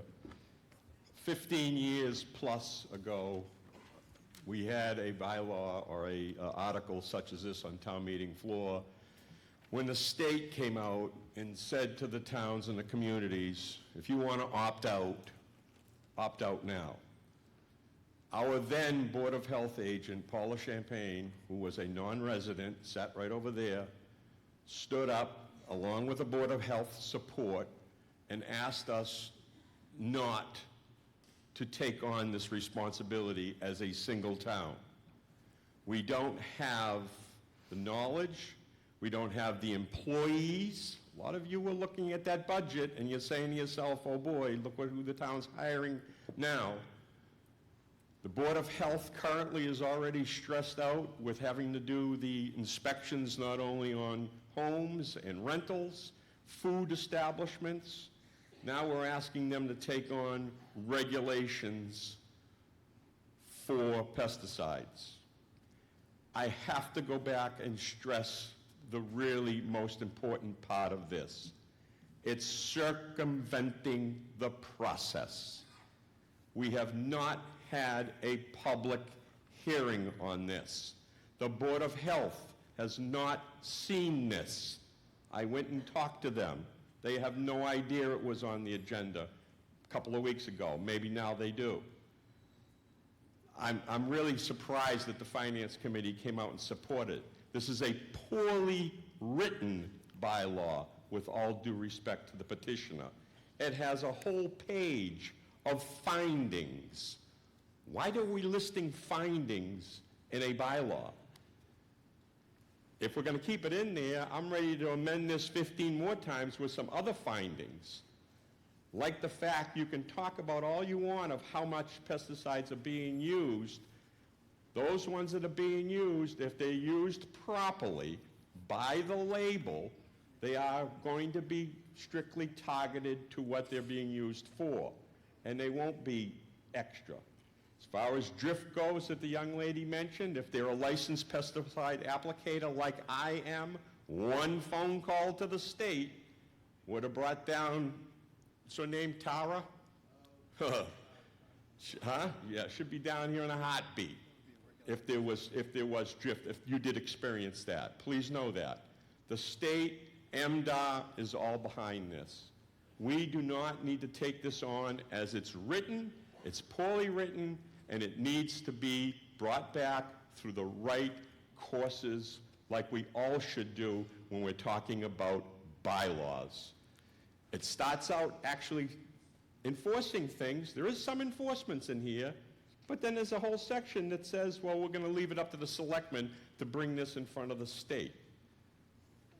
What is it? Are we asking for the legislation to do it, or do we actually have what we're planning on doing? Please turn it down. Let Mr. Otten and his group go back through the process the way it should be, so we're not debating bylaws on town meeting floor. Thank you.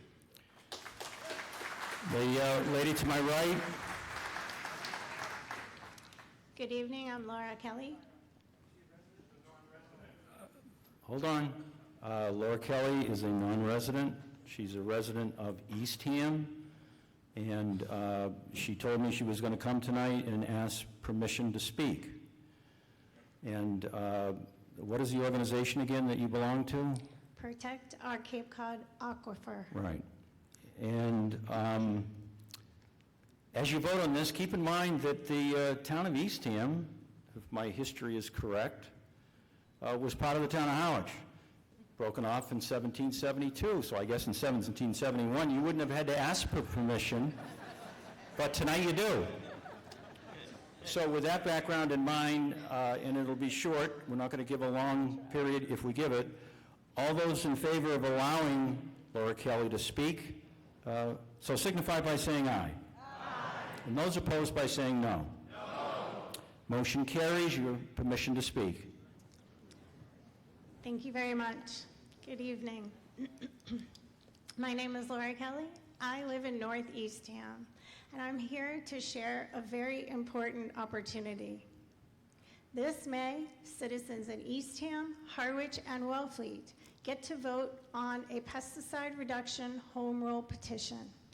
Saturday, May 4th, Eastham voters supported this by 75% in favor. Yes. This opportunity directly affects every resident, property owner, visitor, and business on Cape Cod. Our natural environment is our most valuable economic asset. It is what draws people here to visit and stay. Beautiful beaches, ponds to swim in, oysters to eat.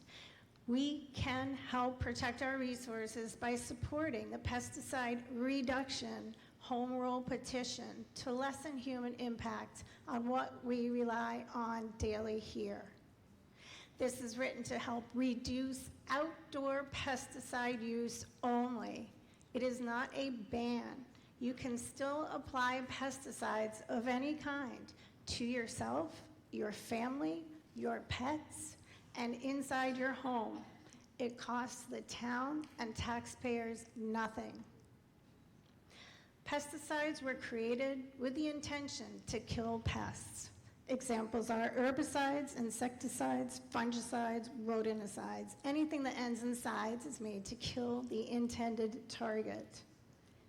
The problem with outdoor pesticide use is it is not always fully absorbed. It then travels in the air, water, and soil, scientists believe, thousands of feet from the application site, up to a foot a day in sandy soil. You may know our aquifer is on average 25 feet below us. So if your neighbor is applying pesticides, you are likely exposed to it.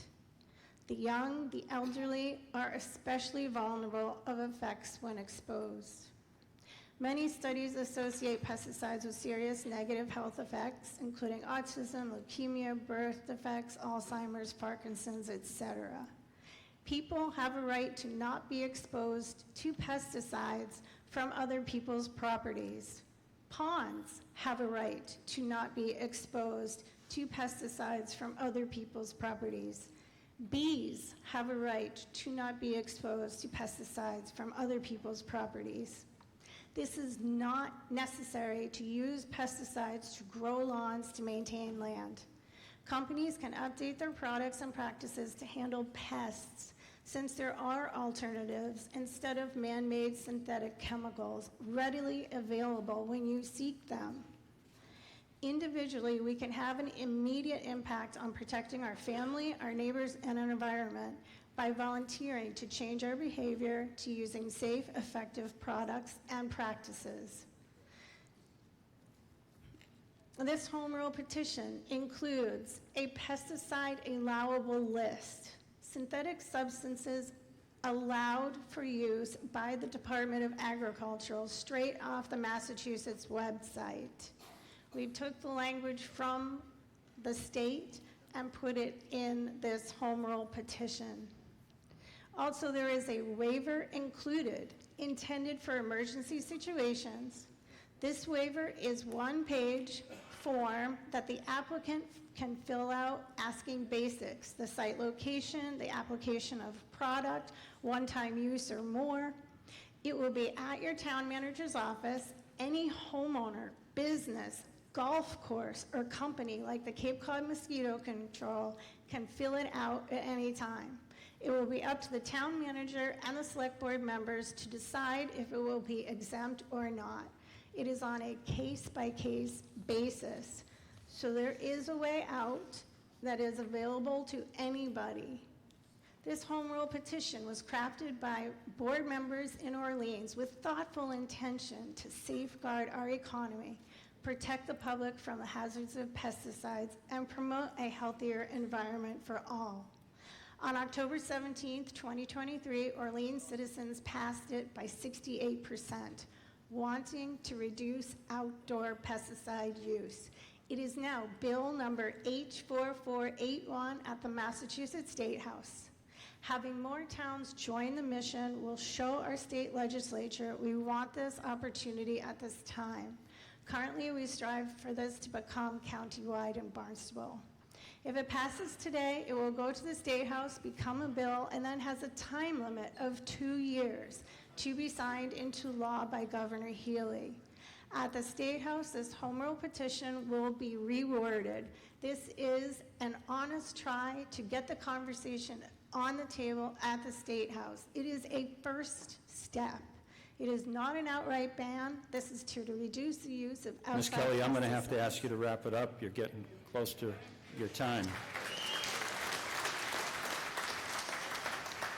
Please vote yes. Thank you very much. Further debate, I had gentlemen over here in the orange. Then I'll go to you, Mr. Thompson. It's me again, Tom Birch. Yes, I'm sorry, Mr. Birch. I'm a landscaper, a beekeeper. I have been a licensed pesticide applicator. I've turned it over to other people just for time constraints. We don't have the knowledge in this town. We don't have the expertise. We don't have the biologists. We don't have the staff to do anything close to what MDR's doing. I notice Mr. Powers is named as the enforcer. Would you kindly tell us your credentials?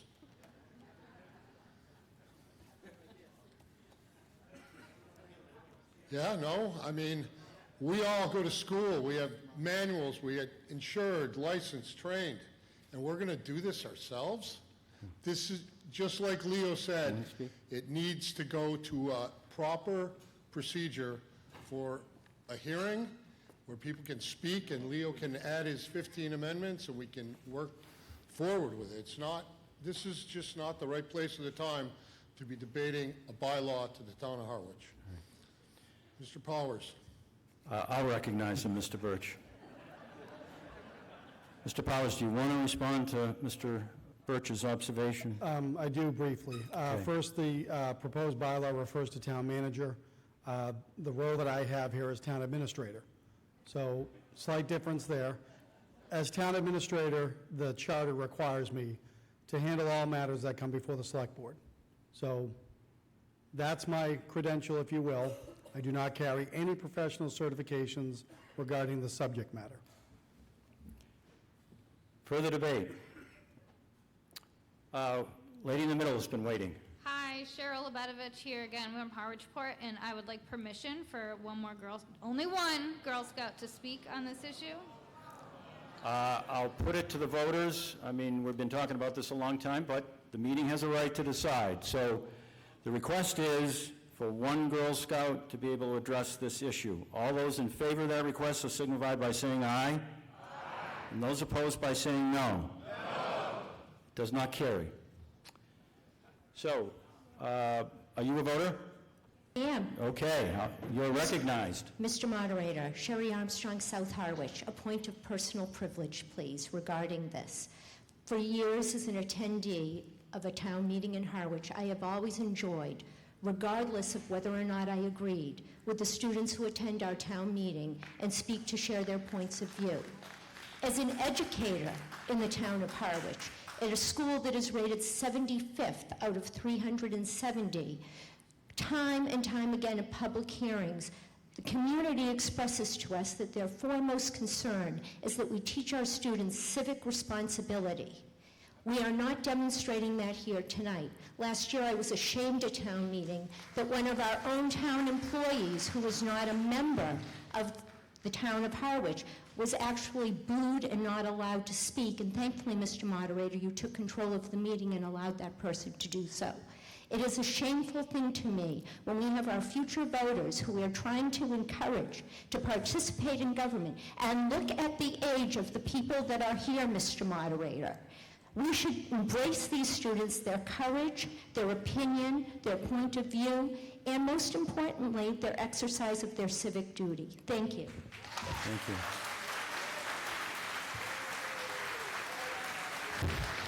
Please hold your applause. Please hold your applause. Gentleman in the middle. Duncan Berry, West Harwich, Chair, Planning Board. I just wanted to remark that the comments that are made about the writing of this bylaw, the findings are essentially assertions. This would not pass any kind of public hearing that I would chair on that basis alone. The idea that we're going to vote on something where we have an enormous list of prohibited materials and also a list of allowed materials, which are nothing is furnished. This is vaporware. Now, I will grant you, and I am completely in agreement with the purpose of this. In fact, my wife convinced me to get goats to remove some of our invasive species a couple of years ago. It was a great, it's a fun thing. That's an organic way of doing things. But the law and the bylaws by which we govern this jurisdiction believe it or not, when we pass stuff that's not fully vetted through a hearing process, what my experience has been in the last half decade in serving this town in my position is that the very first thing that comes before us is the absolute boomerang of the opposite of the intention of the law when it's not done right. And I ask you to consider that. The emotional value is, a lead pipe sink. The cognitive, the legal, the semantic, and the logical stuff is just not up to par here. Let's bring it up to pace. Let's get it into a hearing. Let's put it through the paces. Let's get something we can be proud of. I don't think this is it. Thank you. Further debate? Yes, ma'am. Megan Smith, Harwich Center. I move the question. Okay, so a motion's been made to move the question. It means to terminate debate on this matter. It requires a 3/4 majority to pass. All those in favor of terminating debate so signify by saying aye. Aye. And those opposed by saying no. Unless it's a unanimous, I'll have to take a standing count, so I'm going to try it one more time. All those in favor of terminating debate so signify by saying aye. Aye. And those opposed by saying no. I'll have to take a standing count. I'd like some people to serve as tellers. Who have I got for, I see Joan coming forward. Alan? Any other tellers out there? Yes, sir. Jonas Robinson. I need one more. Yes, ma'am. Come on up. We have clickers? Yes.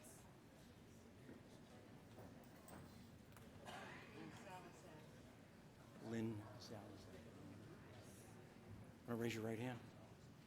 I do solemnly swear and affirm that I will faithfully and impartially discharge the duties incumbent on me as a teller. Okay, so we're going to divide this up.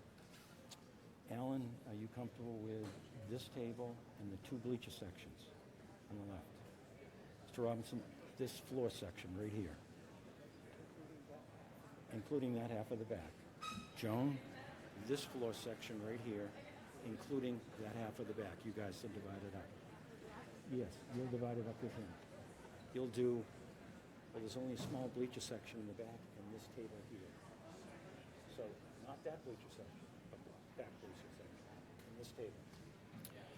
Okay, the tellers are ready. The motion you're voting on is whether to terminate debate on Article 13. All those in favor of terminating debate, please rise and show your voter card. Rise and show your voter card, please.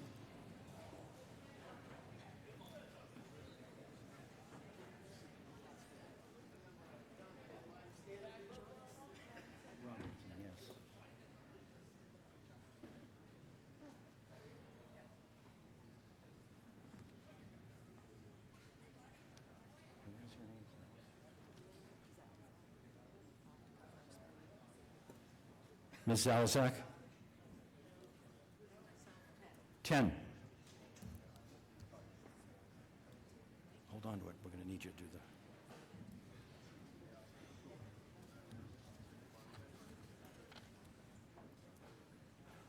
Emily, you want to show her?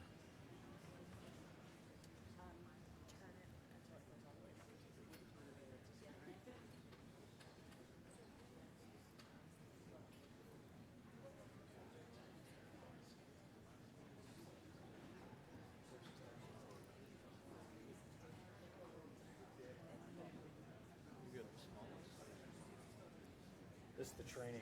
I know, yeah, she's good. You'll be ready for the big time now. You get a certificate in the mail. Yeah. You have to get sworn in before that. It pays well. You get to stand up at. Thanks for doing it.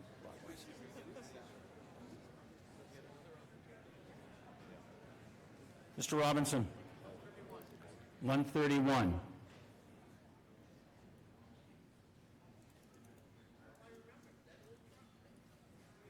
Mr. Thompson, 99.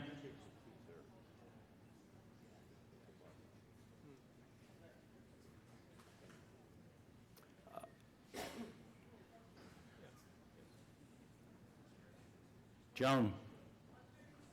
137. Okay, all those opposed to the motion to terminate debate, please rise and be counted.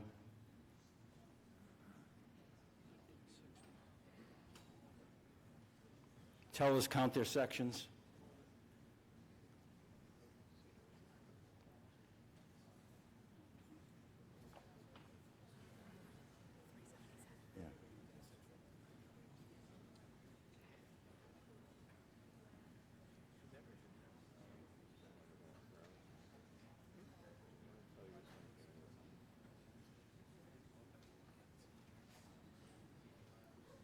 Mr. Thompson? 1. Mr. Robinson? 9. Mr. Zalzak? 0.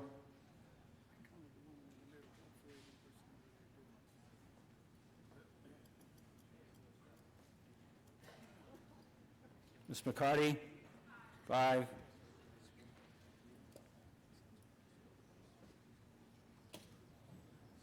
Those in favor of terminating debate, 377. Those opposed, 15. The motion carries. We'll now go to a vote on Article 13.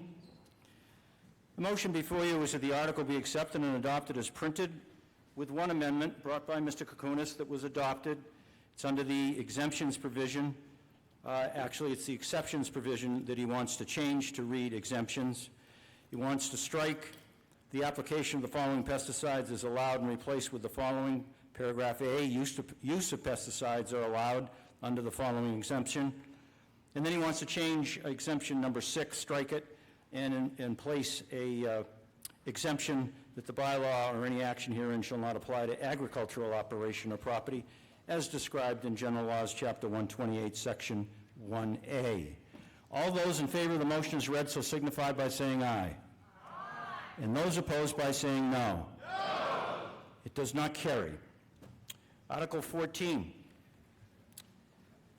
This is another article I said I would not read in its entirety. It is another initiative petition. It's to authorize a special act to enable Harwich to regulate the application of fertilizers. Mr. Hughes, do you have a positive motion on this one? Do not. Mr. Otten, are you making a motion on this one?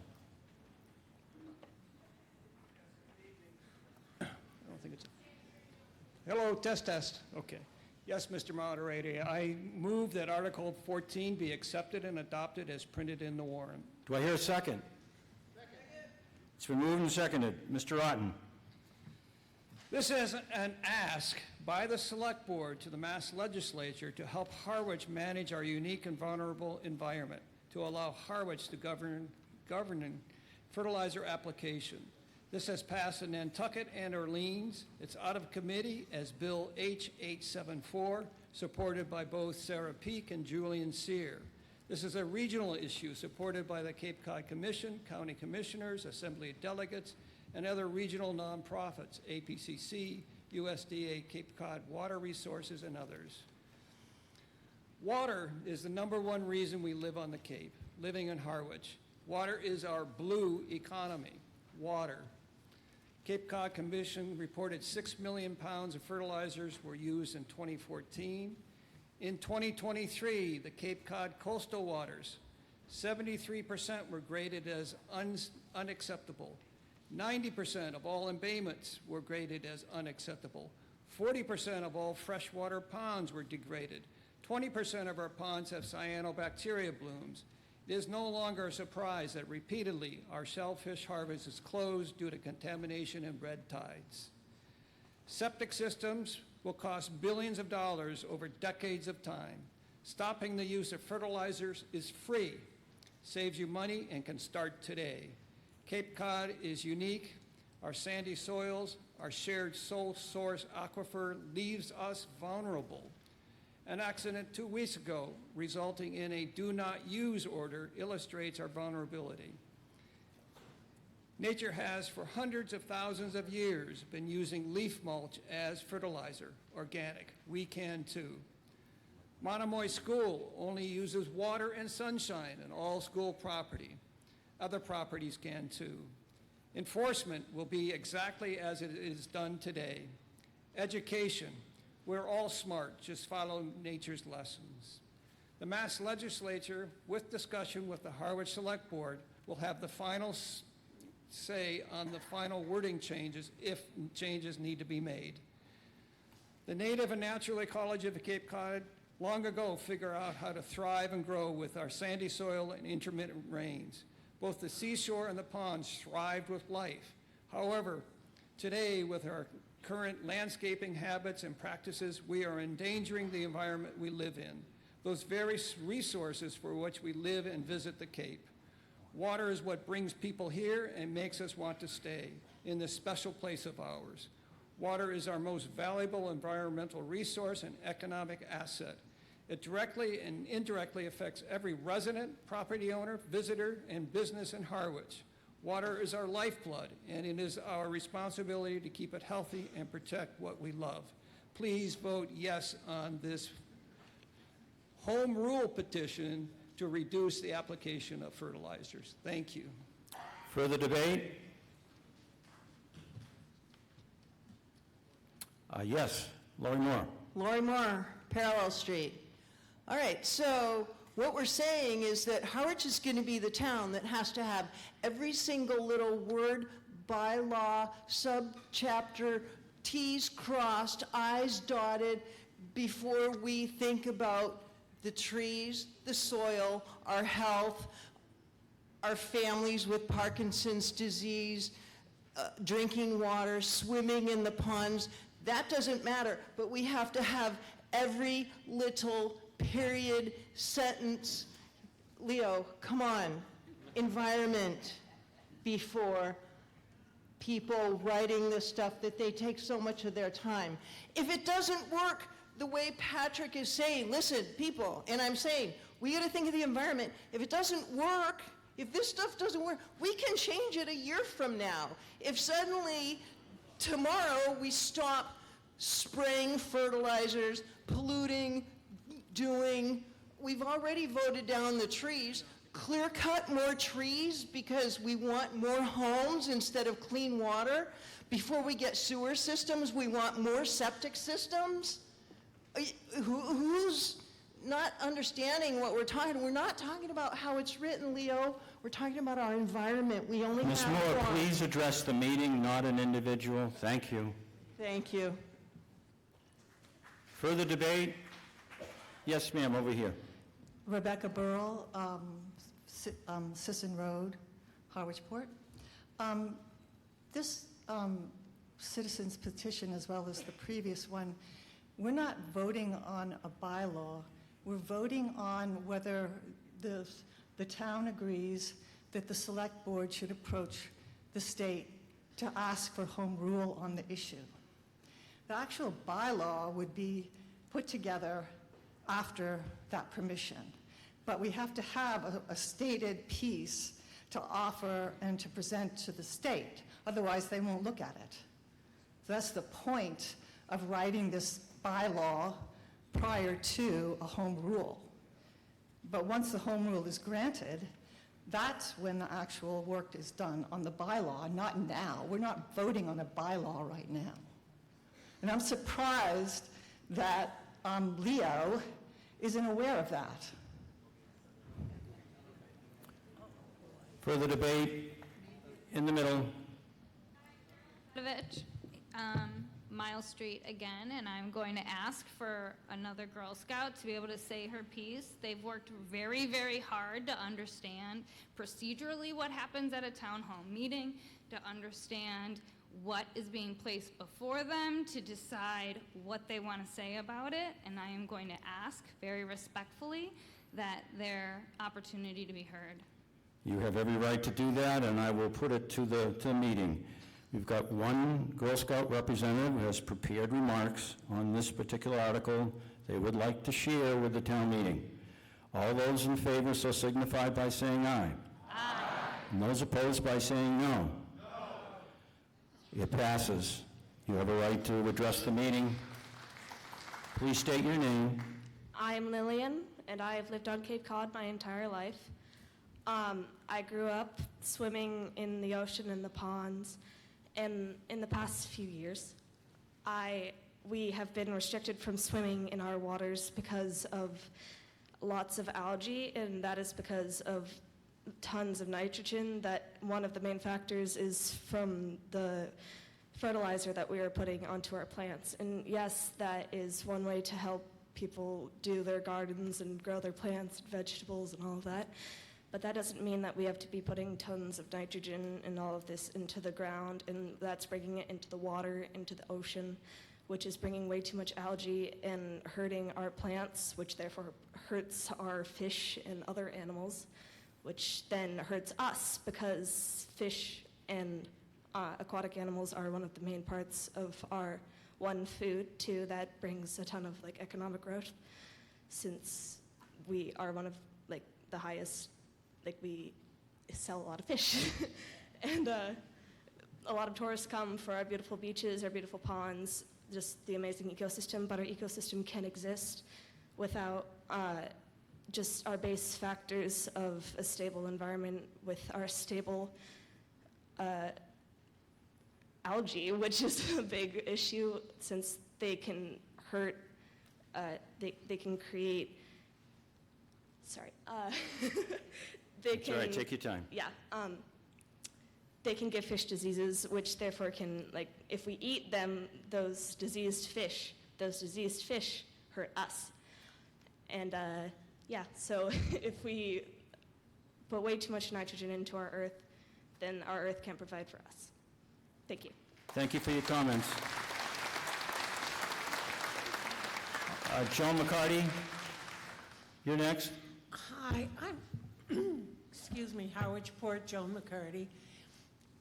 And I'm having a problem with people arguing that we shouldn't go by the rules that have been set for this town for how to make petitions, how to approach different problems with the town. To have some people get together, and God bless you, you do a wonderful job of doing research, but it's a town thing. It's not something that a few people should decide, come to town meeting and say, please pass this, and you don't have to know what is here, it's just good. I'm sorry, I'd rather see us do what we're supposed to do, go through the channels who are available to us, and not see how quickly we can bypass something. Thank you very much.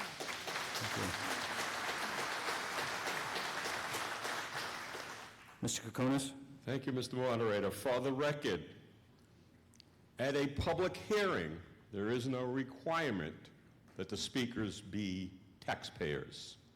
Had this gone through the process and the Board of Health held public hearings on it, all our students could have come in if they wanted to. I'm sure the Board of Health would have loved it, and had their input in creating this. And the young lady is also correct. This is not a bylaw. This is a request of the selectmen to petition the state for Harwich to create its own laws. And as I said previously, we visited this 15 years ago. We do not have the technology, the manpower, the, I don't want to say intelligence because of a lack of word, to put together restrictions that the state does. I worked on those regulations 15 years ago, went to countless meetings with the state in regards to the type of applications for fertilizers specifically. We won't talk pesticides, just fertilizers specifically. State came through with regulations. Somebody had mentioned earlier that somebody was putting a fertilizer on in November. That's illegal in the state of Massachusetts. October 1st, I believe, is the cutoff date. And you can't put it on earlier than, I believe, May. There are regulations brought forth by the state, which was all done by their investigating and their looking into how this all works. And also, I was going to amend this, but I didn't think it was necessary because, again, it is just asking the state to allow us to create our own regulations. And quite frankly, I don't think you want to do that. The Board of Health has not weighed in on this, and we need to follow the process. And I want to end it with one more thing. As an organic farmer, I cannot tell you enough how much I tell people, I don't care that a product is organic or not. It's all application and application rate. Our current Board of Health has put out these flyers. This is what you have to focus on. You have to educate homeowners on fertilizers, best practices, and how to apply them. You have to have an integrated pest management plan. These are the things that we as individuals have to step up at the plate to do. Education, education, education. Because I don't care if you use an organic fertilizer or not, and I say this on my farm tours, I will happily mix up a glass of water with an organic insecticide in it. And if you all drink it, you'll all be dead before you hit that door. Just because it's organic does not mean it's okay. It's how you apply it. And that's the key with fertilizers. Nothing affects our environment more than when a homeowner fertilizes their lawn and doesn't shut that spreader off when they go across the driveway to the little piece of lawn on the other side. Because every bit of that granule that's on that hot top or that concrete, when it rains out, is going to go right into our drinking water. And another thing I have a problem with this is home gardens. I guarantee you right now, if you want to go down to the town gardens and take some soil samples, it'll come back that that soil does not have to have added fertilizer for 15 years because home gardeners notoriously over-fertilize. Education, education, education. If you want to clear it up, that's where it's at, not this bylaw. Please turn it down. Further debate, woman in the middle. Hi, I'm Marilyn Schlansky, Glenwood Drive in Harwich. We've heard about what the Pilgrims did 300 years ago. We've heard about what happened 15 years ago. We've heard long debate on bylaws that have an amendments made and then being told that we can't vote on these or it's not the right thing to vote. I will say to you people, my husband was a first responder at the World Trade Center. He has a blood cancer. He has a blood cancer that has resulted from his exposure to chemicals and dust at the World Trade Center. Our daughter lives in Minnesota. She lives in the middle of farms that are 10,000 acres or more and are growing soybeans and corn. This is the breadbasket of this country. And the farmers, there are farmers there who are being sued by Monsanto because the patented fertilizer and pollen from fields grown with Monsanto seeds drifts to the fields of other farmers who are not using that Monsanto seed, but yet Monsanto feels that they can sue those farmers because now their own crops are contaminated. There is such a thing as drift. It doesn't matter what happened 15 years ago. It doesn't matter at this point what happened 300 years ago. We're facing an environmental crisis. We live in an environment that is very tender in a way. And this is what we have to think about. And yes, I agree, we have to be educated and things should be done in the right way. But I truly believe that what I heard tonight, that this is something that we just agree to put something in front of the state to allow us to have home rule, and then the work starts. So what are we talking about? I mean, there's nothing to prevent us from saving what we have, and we should be thinking about that. Further debate. Over here to my right. My name is Bonnie Bridges. I live in South Harwich, and I am in favor of this petition amendment.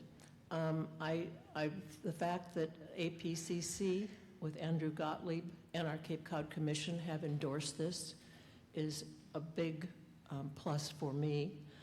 We've got to start somewhere, and we did start with plastic for the last couple of meetings, and we are now, even though those around us are not plastic-free, we've done the right thing there. I think this is a place to start. We can't wait for years and years until the right wording comes along, and the state will amend this. Thank you. Mr. Weiser. Thank you, Mr. Ford. Bob Weiser, I'm on Birch Drive in the Headwaters neighborhood, and I am a home gardener and a community gardener, and I also work as a gardener part-time. So I'm in a lot of different people's yards. I'm in agreement with all of the proposals that Patrick has brought before us. I'm also in agreement, strangely enough, with Leo, that we do have procedures, we do have a system in place to make decisions, and we should be using that system.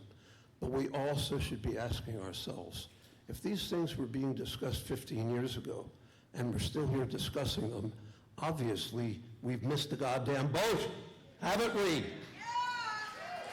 So let's figure out how we move forward in our individual yards, how we move forward in the state legislature, how we move forward with the select board, and get something done, because the environment is suffering, and we are suffering, and our children will suffer, and our grandchildren will suffer if they're still here. We are ruining the water supply. There's no question about that. The question is, when are we going to do something to change that? And how are we going to do it?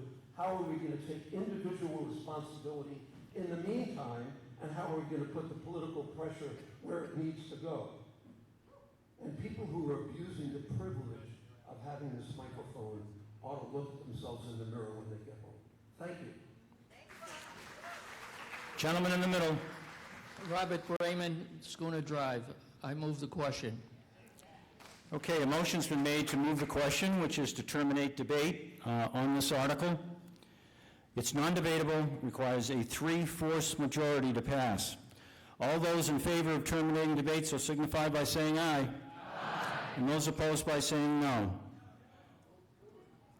I'll take it one more time. Maybe we can get a unanimous vote and move on. All those in favor of terminating debate so signify by saying aye. Aye. And those opposed by saying no. It's a unanimous vote, and I so declare. So we'll now vote on, get it back here, the motion on Article 14, excuse me, I'm optimistic, which is to accept and adopt as printed. All those in favor of that motion so signify by saying aye. Aye. And those opposed by saying no. No. Motion does not carry. We'll now go to Article 15.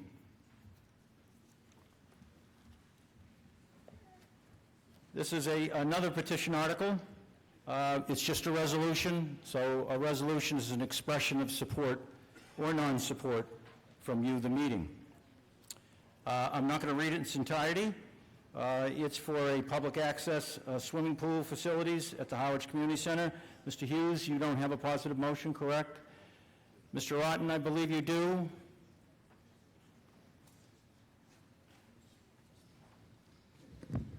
Once again, Mr. Moderator, thank you. Patrick Otten, East Harwich. I'm going to interrupt you just for a second, Patrick. I just want to remind those folks who are leaving that there is reconsideration at town meeting in Harwich. It has to occur the same night, but it can occur at any time during the same night before we adjourn. Mr. Otten. Yes, so Article 15. I move that Article 15 be accepted and adopted as printed in the warrant, except the word Olympic in the now therefore clause be deleted. Do I hear a second? Second. Okay, the motion's been made and second under Article 15 to accept and adopt as printed. Again, it's just a resolution, just an expression of interest, except that the word Olympic in front of the swimming pool be stricken. Mr. Otten, do you want to speak to this? Briefly? Yes, please, very quickly. So, Harwich is a water-based focused community, the seashore, the ponds, and why we live here and come to Cape Cod. It's the water. Swimming is essential for our happiness in life. Swimming lessons for the kids, competitive swimming for our youth, recreational and fitness and therapy swimming for our adults. This is a yes or no question. It doesn't need to be amended. Whether you like a pool, yes or no, would you like a pool? Possibly at the Harwich Community Center, all the details of how it would be financed, public, private, multi-municipal, or Y-sponsored. The timing, the configuration, the construction, the details will all be answered with positive support. This question is no different than if I asked you if you'd like to go to dinner. The where, when, how, what to eat, how much can be answered once I know whether or not you like to go to dinner. Having a year-round accessible indoor pool in the Lower Cape would benefit all area residents of Mid-Cape, Lower Cape, and Outer Cape. Please put on your bathing suits and come for a swim. Thank you. Any further debate on the resolution? Yes, sir. Ted Nelson from East Harwich. I'm in favor of this resolution that we try and get a swimming pool out here in the Lower Cape. We are without them. The various private clubs, some of them have closed, and the Y is very, very busy, and the Eastham facility is dirty. So it'd be nice to have a really great facility here. We have the infrastructure in place from the community center. I wish the Olympic name would remain in there. That would make this a 25-yard pool instead of a 20-yard pool. But in any event, I want to commend Patrick, not just for this, but for your other articles. This is going through the proper process, apparently, where the others weren't. And I would like to say that as we're going through the proper process, it's now up to leadership, who has not taken the lead on your other articles, in order to bring before us the fertilizer question, the pesticide question, the tree question. That should be coming from our planning board, our health department, et cetera, and it hasn't. Shame on them. Thank you, Patrick. Further debate? In the middle, yes. Thank you, Mr. Moderator. Jeannie Wheeler, I live on Woodland Road in Harwich Port. And I would just like to say, as nice as it would be to have a swimming pool in town, if there are the monies available or if they're raised, I think the money should go towards affordable housing, which we need much more than a pool. Thank you. Any further debate? Yes, sir. Thank you. Alan Hall, North Harwich. Sorry, Alan, I didn't recognize you. Go ahead. Yeah, thank you, Mr. Ford. I just want to remind folks, pools take a lot of chemicals to clean and maintain. One of them being a pool shark. That's an EPA-registered pesticide. So just for your information, thank you. Any further debate? Yes, over here. Linda Sabula, Route 28 in Harwich Port. I'd like us to not vote for this. Asking people whether or not they want a pool is not the same thing as saying it will cost this much to build, it will cost this much to run and operate. Several years ago, there was a conversation and some numbers put together, and the costs, annual operating costs, would burden our budget by a lot of money between the lifeguards, the pool chemicals, which of course are toxic, all of that, the use of electricity. If we're talking about the environment, we shouldn't be using electricity either. So I would suggest that if there are people who are interested in this, why don't you get a little group together and start working and coming up with numbers as to what this would actually come to. I'd also like to say that I'm not sure the last time I went out to dinner and it cost $18 million. Any further debate? Mr. DeCosta. Thank you, Mr. Moderator.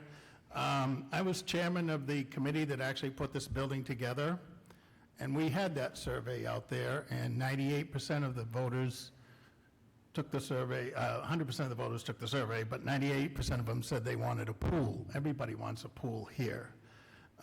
Alan remembers that well, those days, the canned survey that went around to everyone. So, yes, you're going to answer this and say, yes, we want a pool, but that's not going to give you a pool. For once, I agree with Linda Sabula.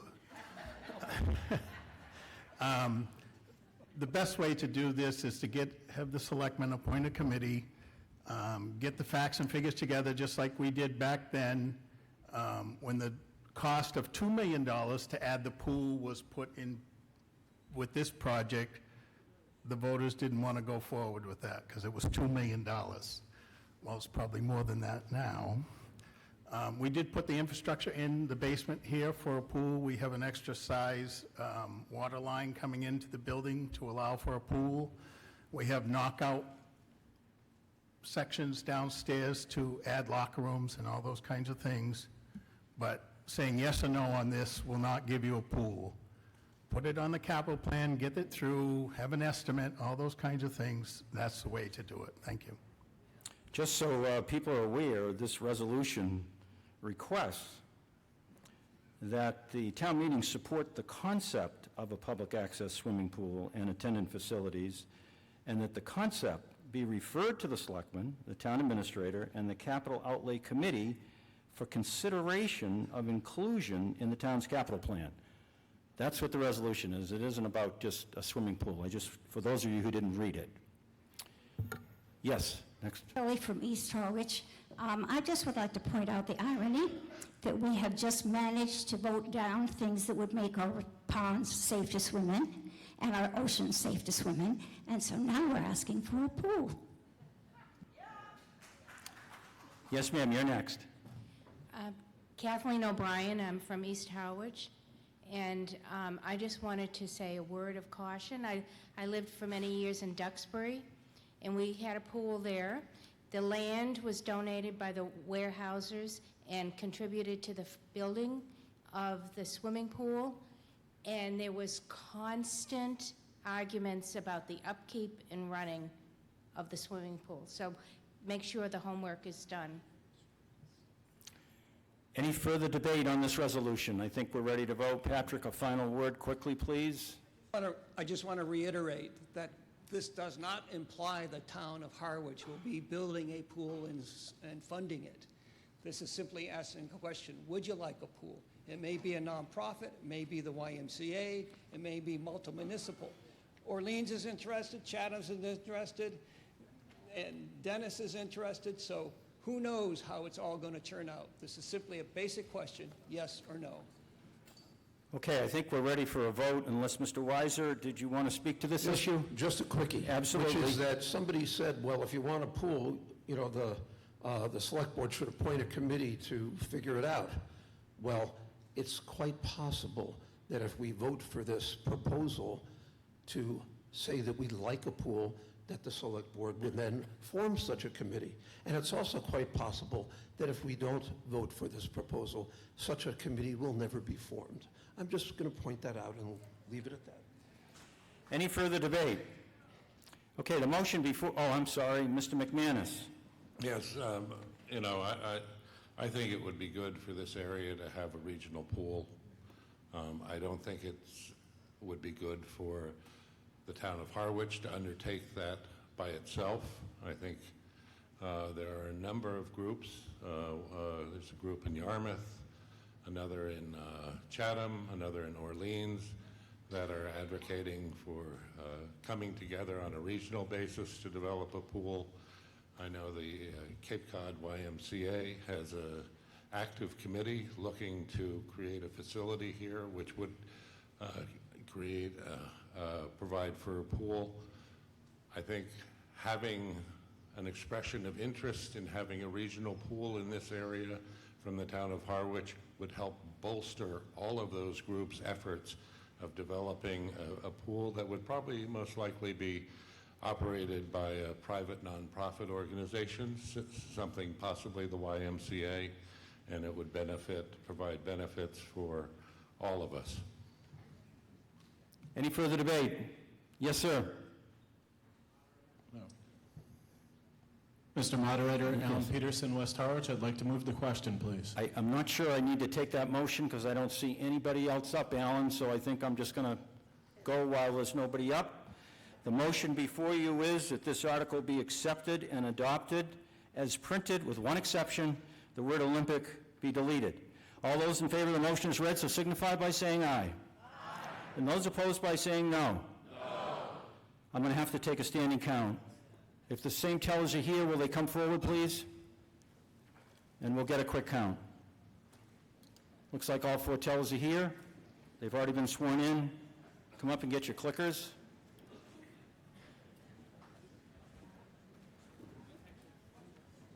Hold on just a second.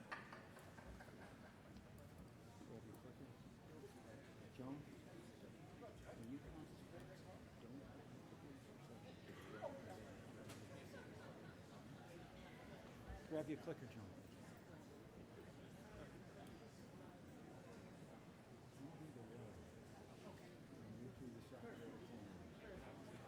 Those two in the middle, you do. I gave them to this guy, so he got them for me. Okay, so we're on Article 15. This is the resolution for a swimming pool. All those in favor of the motion as read, please rise and hold your voter card. Stand up and hold your voter card.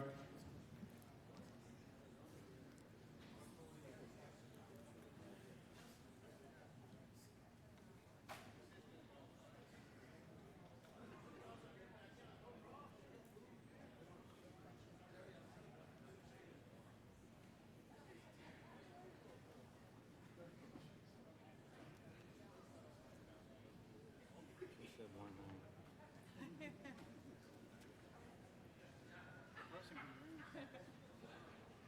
think this, putting all the petition on at the beginning is backfired. It's taken all the forever out of the meeting. All the business we're supposed to be doing.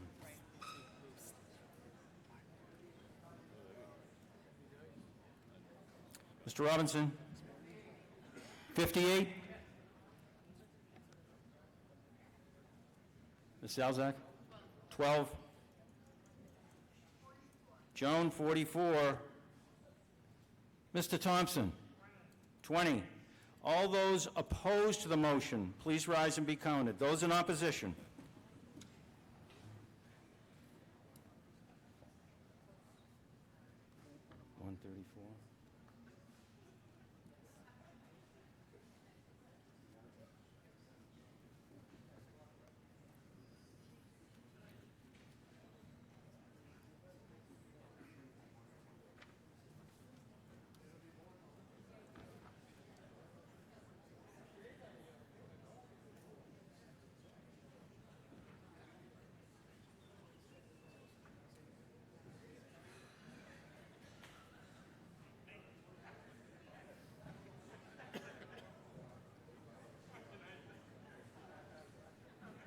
Mr. Robinson?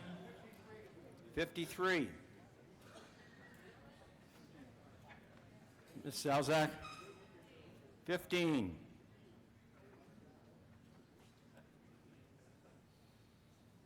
Mr. Thompson? 24.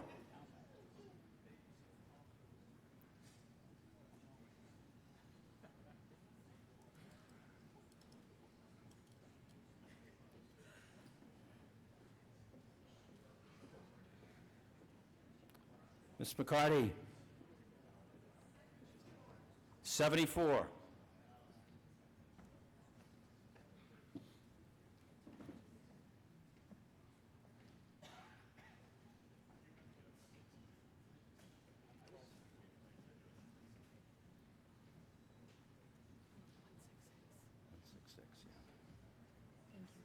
Thank you. Okay, those in favor, 134. Those opposed, 166. The motion does not carry. Article 17. This is the, 16. I keep trying to get ahead. Yeah. This is the capital outlay plan. It's in your warrant. I'm not going to read it all. This is a motion to, an article to vote to, pursuant to the charter, to adopt the 5-year plan. Covers the years 2025 through 2029. Mr. Hughes. Thank you, Mr. Moderator. I move that Article 16 be accepted and adopted with the following changes to the FY 2025 column as set forth in Appendix C of the warrant.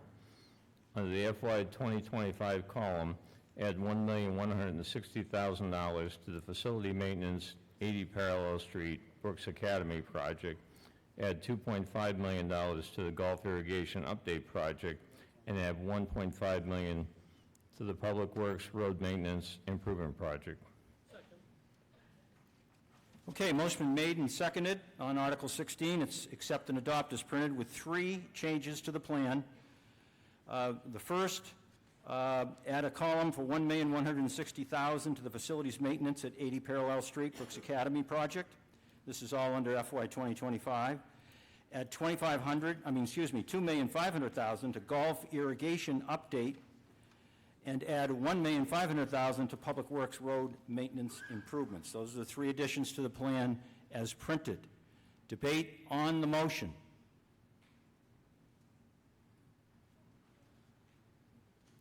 Mr. Otten. Yes, hello, thank you again. I find it very difficult to accept that the golf department updates an irrigation system for $2.5 million. How many times in the last 3 or 4 years have we had bans on not irrigating, not sprinkling our yards? I need to understand whether or not this golf department irrigation system, where's the money coming from? Who's funding it? Is it golf receipts? Is it town expenditures? What's happening? Why are we funding sprinkling water when we have water bans to conserve water? Thank you. So we're not raising any money under this article, Patrick. This is the capital plan. These are proposals to be funded in the future in accordance with the plan. Any further debate? Looks like you're ready for a vote.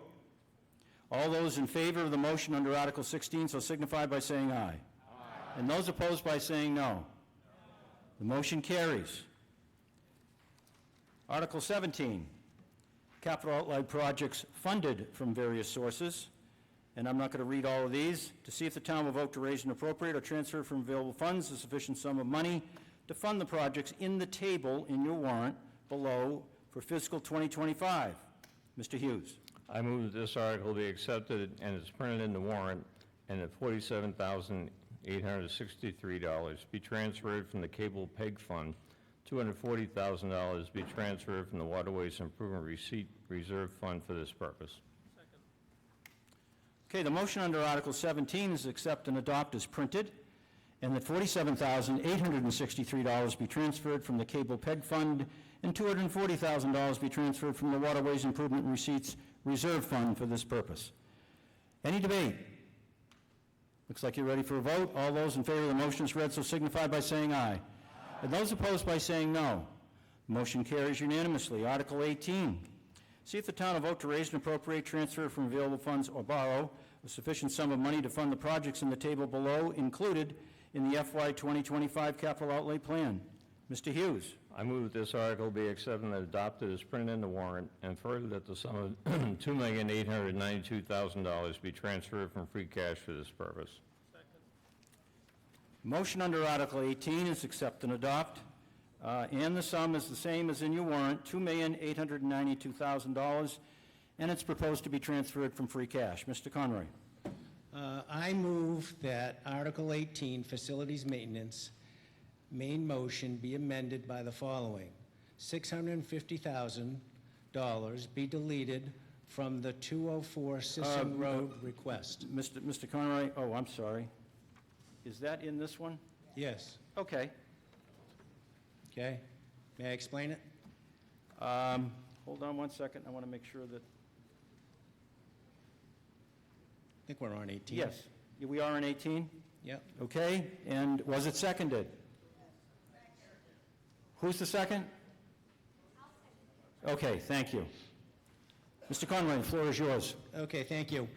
Two main reasons for this, that why I'm asking for your support. One is, if anybody's noticed the last few years, there's a lot of cost creep in our capital projects, and I think it's part of planning, and then also I think sometimes we're not looking at a project or an asset and really coming transparent in what it's going to cost. If you look at the latest, what's happening at Brooks Academy, that started out at less than $1 million about 5 years ago. Today, that is $4 million and maybe more. If you look at the Chronicle last week, the headline, Board halts Brooks Academy work while comprehensive plan is developed. I would say on all these capital projects, we need a comprehensive plan. Rich Gunderson had an article before the town meeting a couple of years ago, which was very well written, a very thoughtful man who has passed away, and he asked in that article for the town to develop a plan on potential uses, a capital plan, and a financial plan. That article passed. The town administrators and the Board of Selectmen never followed through on that article that we passed in the town meeting. 2 years later, there isn't a study of uses, there's not a capital plan or a financial plan. 10 years ago, it was estimated that the cost of the middle school, 204 Sisson, would need at least $10 million in capital expenditure. So why does Brooks Academy need a comprehensive plan? But 204 Sisson does not. So I ask you for your support. Any further debate on the motion to amend, which is delete 204 Sisson Road from the article?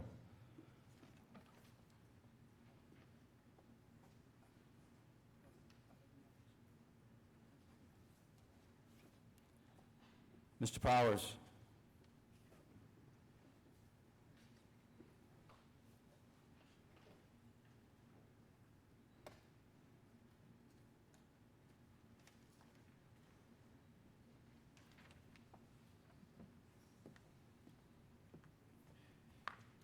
Thank you, Mr. Moderator. Just to the amendment. Thank you. To the amendment regarding 204 Sisson Road and the, I believe it would be the removal of the allocated amount for fiscal year '25. Specifically to the amendment, if I may, Yes. the board has not voted on this, but I would urge rejection of the amendment. With regard to 204 Sisson Road, the municipal building, this building has been in the town's possession since at least 2015. Since that time, there have been numerous discussions, ballot questions, and arguments about what should be done with that building. The earlier actions of town meeting, as I understand it, were contemplated by the Select Board. The Select Board is the authority under statute to manage all buildings. The Select Board has evaluated the building, has evaluated the studies, and made a commitment to 204 Sisson Road that this town meeting, the last 2 years, has also adopted. With regard to the $650,000, that is work that was anticipated in prior town meetings to move forward on a building that is populated, has been populated with employees, and now tenants under license agreements with the Select Board. I personally would disagree with the characterization of a plan needed for Brooks Academy, the building itself. I'm aware of what was said at board meetings by various parties. However, on behalf of our facilities maintenance director, who has been the primary person in my team leading the effort on restoring, repairing, and keeping our buildings in operation, so long as the Select Board say they need to be in operation and so long as you fund them. The facilities maintenance director came to me and said, rather than doing this piecemeal, rather than doing it year over year with costs increasing, rather than hiring an architect and an OPM, an owner's project manager for each one, let's combine everything. That to me is not a plan, it's a sensible approach to let's get it done once the first time. I believe it's why the board and others did not object to the changes that were added previously. There is a plan, there has been a plan for 204 Sisson Road. And if I may, Mr. Moderator, specific to that building and to the amendment to remove the money, I would urge you not to. According to our facilities maintenance director, the town has, since 2022, completed 175 service calls, each year broken down. Fiscal year 22, they did 80 service calls. Fiscal year 24, they did 54. Fiscal year 24, they did 41. Those service calls are going down because we're committing to repairing the building where the repairs are necessary. For the repairs that have been done, both in-house labor and vendors have been used. These calls have varied from plumbing, electrical, HVAC repairs to leaks in windows and roofs. Now, I don't know if you've heard the knocking noise that mercifully may start again as I speak. That's our air handler unit in this building. We have an air handler unit in other buildings. We need to maintain them. So if we adopt this amendment and remove that money, we're going to stop all the progress we've made. Each year, the DPW Facilities Maintenance Department spends an average of $4,000 on 204 Sisson Road. For fiscal year '22, it was $3,712. Fiscal year '23, it was $4,110. Fiscal year '24 to date, $3,979. The annual operational costs for service contracts, elevator, alarm, and fire, utilities, gas, electric, sewer, and water, have been averaging $110,000 a year. Custodial supplies are currently budgeted at $3,000. In addition, these are the larger projects that DPW has done on that building that you, town meeting, have supported. In fiscal year '23, the boiler isolation after a catastrophic failure, because for a decade plus, nothing was being done on the boiler. That has been replaced, $5,500. The gymnasium floor, repair and resurfacing, $38,750. Fiscal year '24, isolation of utilities to the portable classrooms, $1,800. The portable classrooms that were no longer used by the former school system that stayed around 20 years longer than their use were removed. Those utility costs are removed. Fiscal year '24, lighting repairs and floor upgrade in the auditorium, $2,850. Fiscal year '24, removal of the old floor tiles in the basement and prep for replacement. In preparation for the work for this article, the Facilities Maintenance Department has contracted out engineering services for boiler replacement and generator replacement. And these are the critical projects in this. You can absolutely vote this down, but you will not have the solid ground to come back in the future and say, what are we doing for our buildings? I'll leave it to others, Mr. Moderator, to speak to the value of what goes on in that building. But in my opinion, reducing the $650,000 because we have the money, we have the plans, get it done. Thank you. Further debate on this article? Yes, ma'am. Noreen Donahue, Headwaters, speaking on my own behalf. I didn't plan on speaking on this issue tonight. I was moved to rise when my friend Mr. Conroy invoked the memory of our friend Richard Gunderson, who spent so much time on this issue and so many other town issues in which his research saved the town an incredible amount of money over the years. I intend to vote for this because we have a building, we need to maintain it, we neglected it for many years. This money's applied to a roof and some window work or duct work.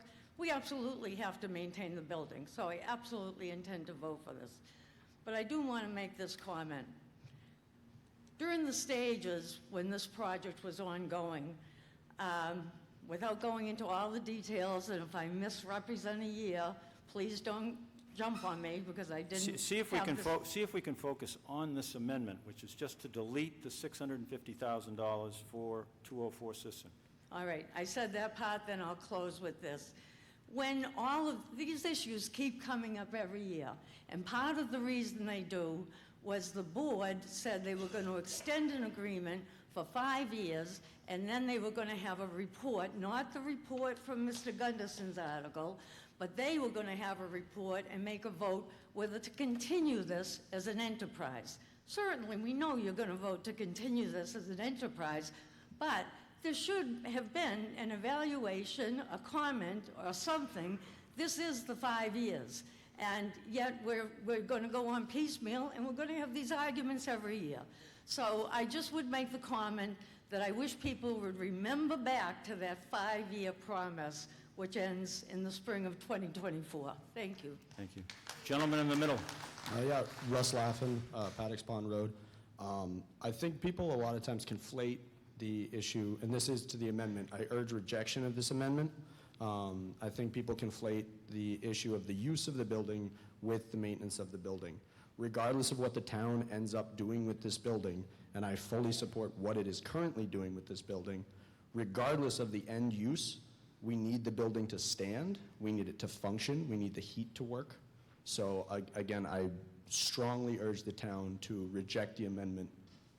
Thank you. Selectman McCaskill? Good evening. And just for everyone in the audience, there is a book this thick in the town administrator's office with the reports that our previous speaker was talking about. There are endless reports and endless notes and minutes from town meetings over the last 3 years, 4 years on this building. So it has not been done. It has been done, and it's work in progress. Anyone that wants to see it, I would encourage to go to the town administrator's office and request it. But there has been a lot of reports done on this building. Okay, so we have an amendment before you on Article 18. It is to delete the 204 Sisson Road, $650,000 from the motion. Any further debate on the amendment? Joe McCarty. I understand that we need to do this. We're kind of forced into a corner.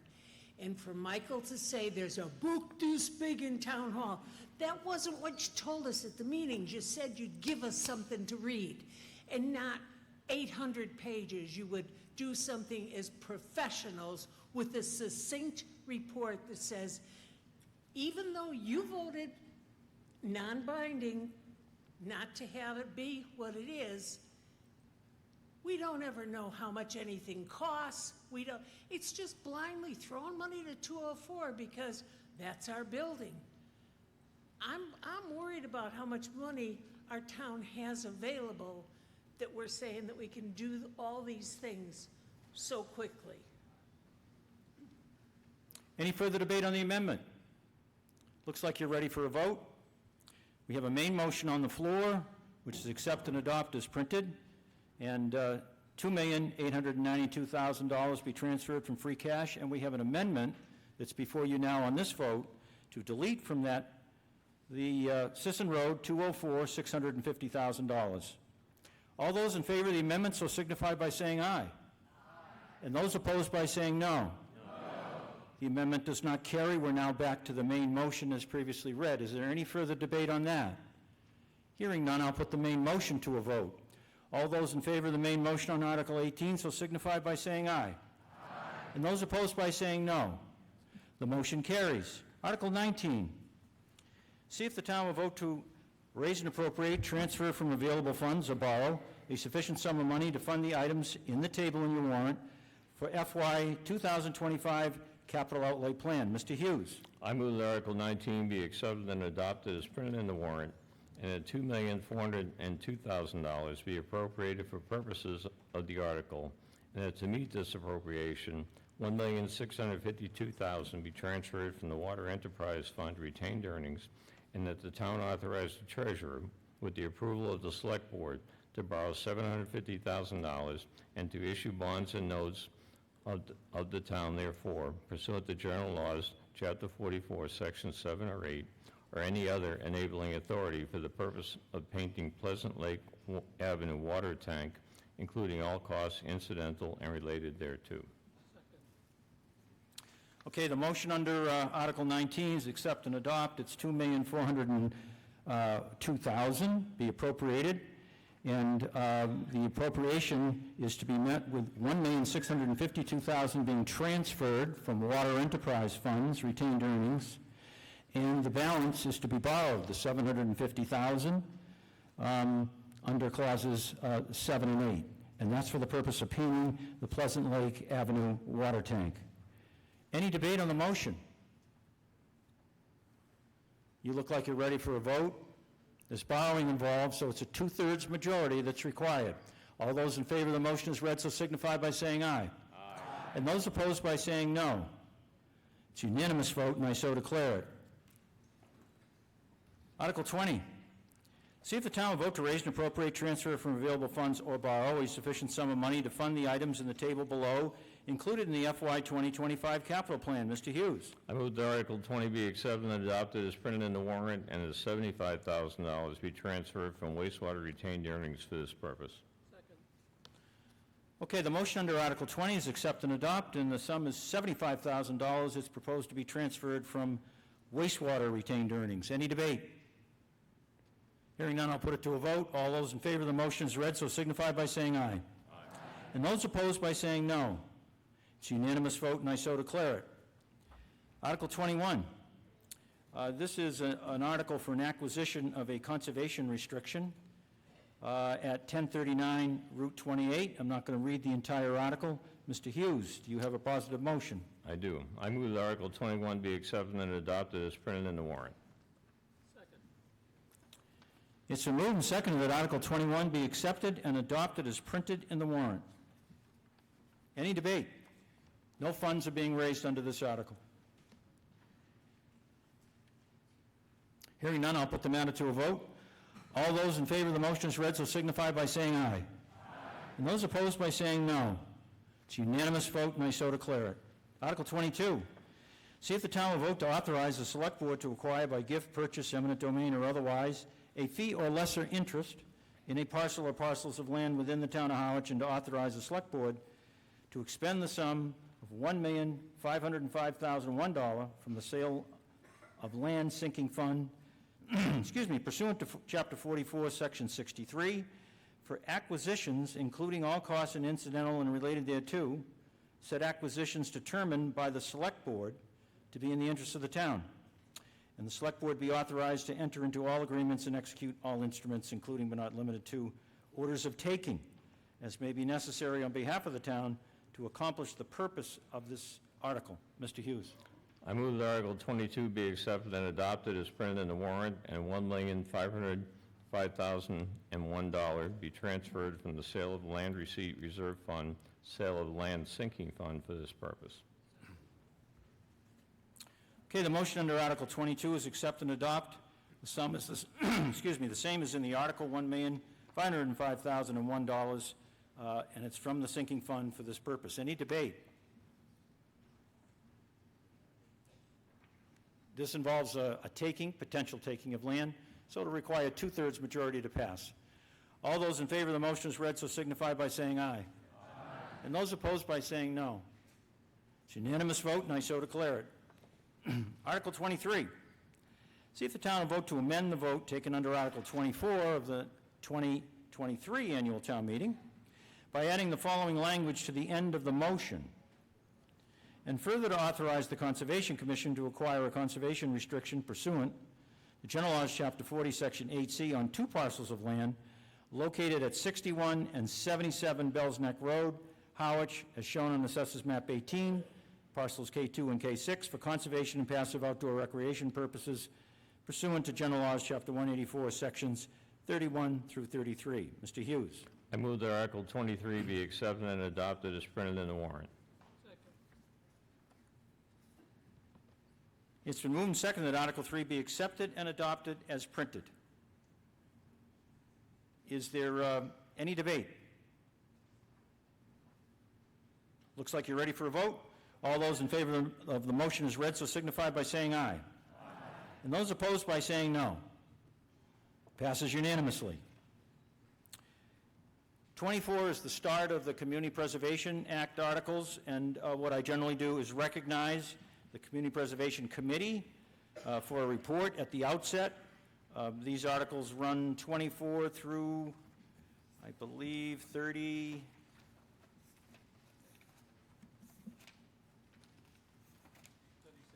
36. Thank you. So somebody from the Community Preservation Committee, it's all yours, Mr. Chairman. Harwich Community Preservation Committee. This is the report of Harwich adopted the Community Preservation Act modified to accommodate and replace the land bank effective July 1st, 2005. The primary source of the revenue for the Community Preservation Fund is a property surcharge of 3% assessed to every taxable piece of real estate in the town of Harwich. Additionally, the fund has state contributions from the Community Preservation Trust Fund Allocation Fund. And it follows for the monies go to the following appropriations. One is open space, the second is historic reserve, the third is housing, community housing, the fourth is recreation. Purposes that meet the CPA guidelines. The committee is comprised of 9 members, 2 select board appointees, and representatives from the following area: Housing Committee, Housing Authority, Recreation Commission, Historic Commission, Open Space Real Estate Committee, Conservation Commission, and the Planning Board. This past fiscal year, the committee has held 13 meetings. For 2024, the annual town meeting, the Town of Harwich Community Preservation Committee vetted and voted to support 12 submitted projects for funding, with the estimated revenue from 2025 anticipated tax, levy, and state funds. The board considered the allocation of $2 million as a budget. The projects, the first was open space, the purchase of, actually all this information is in your warrant, so I don't know if I want to read it all to you, but in the final analysis, the community preservation this year total projects totaled $1,765,200. The board is recommending this to the 2024 town meeting voters support these projects. Respectfully submitted, David Nixon, Chairman. So, my apologies for not introducing you properly, Mr. That's Nixon, okay. as chair. But I think what I take from the report is that the Community Preservation Committee is recommending to the town meeting that they act favorably on Articles 24 through 36. That's correct, Mr. Moderator. Right. If only we could do that with one vote. But we can't, so we'll go right to it. So we'll start on Article 24. Thank you for the report, Mr. Nixon. 24 is the housekeeping article where the Community Preservation Committee allocates to the 4 areas of reserves and then administrative expenses that Mr. Nixon talked about, all printed in your warrant. Mr. Hughes. I move that Article 24 be accepted and adopted as printed in the warrant, and that $199,500 be transferred from Community Preservation Fund FY 2025 estimated revenue to Open Space Reserve, and that $199,500 be transferred from the Community Preservation Fund 2025 estimated reserve revenue to Historic Preservation Reserve, and that $199,500 be transferred from Community Preservation Fund FY 2025 estimated revenue to Community Housing Reserve, and the $75,000 be transferred from Community Preservation Fund FY 2025 estimated revenue for the purposes of administrative expenses for the Community Preservation Fund. It's been moved and seconded under Article 24, and the amounts to be transferred are the same amounts as listed in your warrant, so I will not repeat them. Any debate on Article 24 and the motion made thereunder? Looks like you're ready for a vote. All those in favor of the motion on Article 24 so signify by saying aye. And those opposed by saying no. It passes unanimously. Article 25. Article 25 is Beach Automated External Defibrillator AED acquisition. Mr. Hughes. I move that Article 25 be accepted and adopted as printed in the warrant, and that $39,000 be appropriated for this purpose, and that $17,300 be transferred from Community Preservation Fund FY 2025 estimated revenue, and $21,700 be transferred from the Community Preservation Fund undesignated fund balance.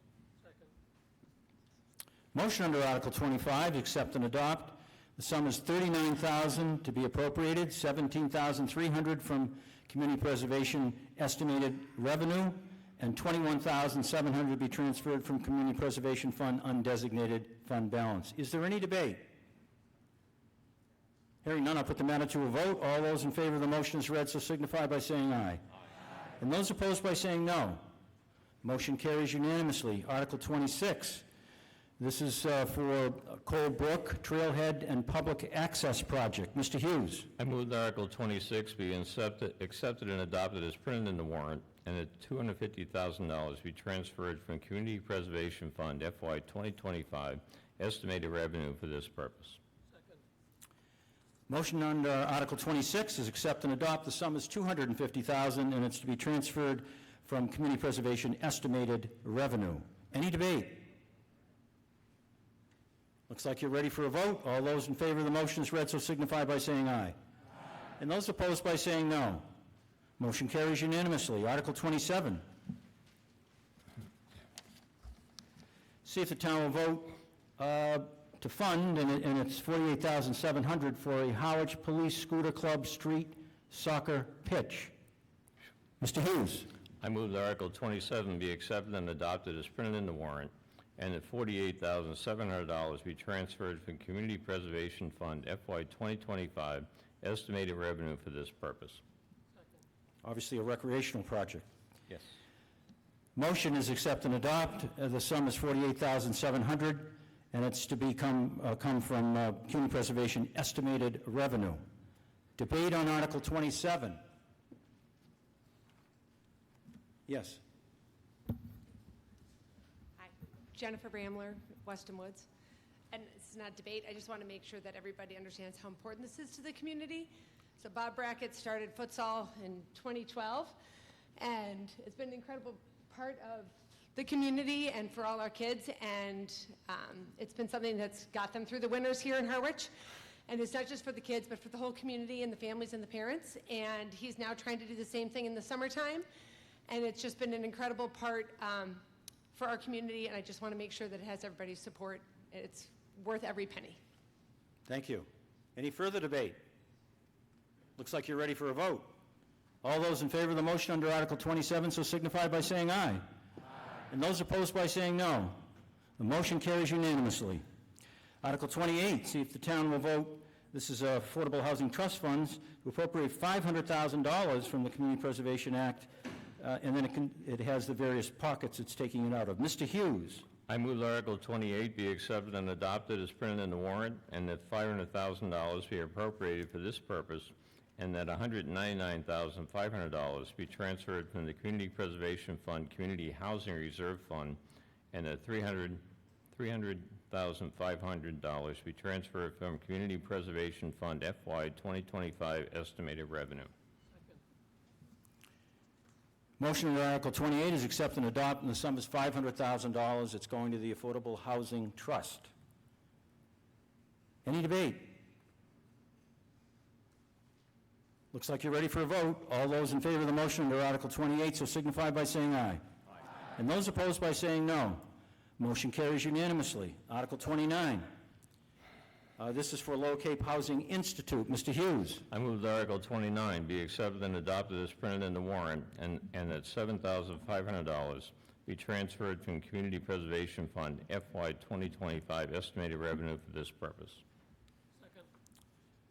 Motion under Article 29 is accept and adopt, and the sum is $7,500. Any debate on the motion under Article 29? Looks like you're ready for a vote. All those in favor so signify by saying aye. And those opposed by saying no. Unanimous vote again. Article 30, Monomoy Regional School District Press Box Project. Mr. Hughes. I move that Article 30 be accepted and adopted as printed in the warrant, and that $100,000 be transferred from Community Preservation Fund FY 2025 estimated revenue for this purpose. Motion on Article 30 is accept and adopt. The sum is $100,000, and it's to be transferred from the estimated revenue. Any debate on the motion under Article 30? Can I say something? You certainly may. Hi, my name is Dan Twark. I live in West Harwich. Got to get right up to the mic, Dan. And I'm also a member of the Chatham Harwich Newcomers Club. One of the activities that we sponsor is a woodworking group. And they have built bookcases, desks, trail markers. They do small construction projects. And the only thing that the sponsor has to pay for are the materials. So just for future consideration for department heads and perhaps even other not-for-profits that are out there, I just want to mention that. Thank you. Motion on Article 30 is accept and adopt. Is there any further debate? Hearing none, I'll put it to a vote. All those in favor of the motion so signify by saying aye. And those opposed by saying no. It's a unanimous vote, and I so declare it. Article 31,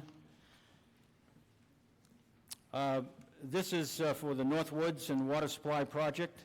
Mr. Hughes. I move that Article 31 be accepted and adopted as printed in the warrant, and that $100,000 be transferred from Community Preservation Fund FY 2025 Open Space Reserve Fund for this purpose. Motion under Article 31 is accept and adopt. The sum is $100,000 to be transferred from Community Preservation Open Space Reserve for this purpose. Any debate on Article 31? Looks like you're ready for a vote. All those in favor of the motion as read so signify by saying aye. And those opposed by saying no. It's a unanimous vote, and I so declare it. Article 32. This is for 203 Bank Street Firehouse Housing. Mr. Hughes. I move that Article 32 be accepted and adopted as printed in the warrant, and that $400,000 be transferred from Community Preservation Fund FY 2025 estimated revenue for this purpose. Motion under Article 32 is accept and adopt. The sum is $400,000 be transferred from Community Preservation estimated revenue. Any debate? Hearing none, I'll put it to a vote. All those in favor of the motion as read so signify by saying aye. And those opposed by saying no. It's a unanimous vote. Article 33, this is the Red River Valley Land and Water Protection Project. Mr. Hughes. I move that Article 33 be accepted and adopted as printed in the warrant, and that $150,000 be appropriated for this purpose, and that $99,500 be transferred from the Community Preservation Fund Open Space Reserve Fund, and that $50,500 be transferred from Community Preservation Fund FY 2025 estimated revenue. Motion under Article 33 is accept and adopt the article as printed in the warrant, and the $150,000 be appropriated in the amounts and from the sources indicated in the motion. Any debate? Looks like you're ready for a vote. All those in favor of the motion as read so signify by saying aye. And those opposed by saying no. It's a unanimous vote, and I so declare it. Article 34, see if the town, this is the Senior Memorial Softball Field fencing. Mr. Hughes. I move that Article 34 be accepted and adopted as printed in the warrant, and that $110,000 be transferred from Community Preservation Fund FY 2025 estimated revenue for this purpose. Okay, the motion on Article 34, again, is accept and adopt as printed, and the sum is $110,000, and it's proposed to be taken from estimated revenue. Any debate? Looks like you're ready for a vote. All those in favor of the motion on Article 34 so signify by saying aye. And those opposed by saying no. Motion carries. Article 35. This is for South Harwich Gravestone Conservation. Mr. Hughes. I move that Article 35 be accepted and adopted as printed in the warrant, and that $23,000 be transferred from Community Preservation Fund FY 2025 Community Preservation Historic Reserve Fund for this purpose. Motion under Article 35 is accept and adopt, and the sum is $23,000, and it's to be transferred from the Historic Reserve Fund. Any debate? Yes. Yes, Mr. Berry. Sounds like it's on now, Duncan. Okay, I guess I have to. Duncan Berry, West Harwich. I just wanted to enthusiastically endorse this this particular motion and commend the work of Commissioner Robin Kelly and all the work that's being done on our tip-top cemeteries in town. We have a lot to be proud of for that kind of enduring, continuing, year in, year out maintenance work. Any further debate on the motion under Article 35? Hearing none, I'll put it to a vote. All those in favor of the motion as read so signify by saying aye. And those opposed by saying no. It's a unanimous vote, and I so declare it. Article 36, Veterans Memorial Complex Electric Irrigation Replacement. Mr. Hughes. I move that Article 36 be accepted and adopted as printed in the warrant, and that $37,000 be transferred from Community Preservation Fund FY 2025 estimated revenue for this purpose. Motion's made under Article 36. It's accept and adopt, and the sum is $37,000. It's to be transferred from the estimated reserve fund. Any debate? Hearing none, I'll put it to a vote. All those in favor of the motion as read so signify by saying aye. Aye. And those opposed by saying no. It's a unanimous vote, and I so declare it. I usually don't take any new business too much after 10:30. I can start and do a few more articles. It does not appear to me we're going to be able to finish the warrant tonight. It's up to the meeting as to whether we adjourn here or we try to get a few more articles in. If you're willing to stay for a few more articles, I'm happy to try to do some.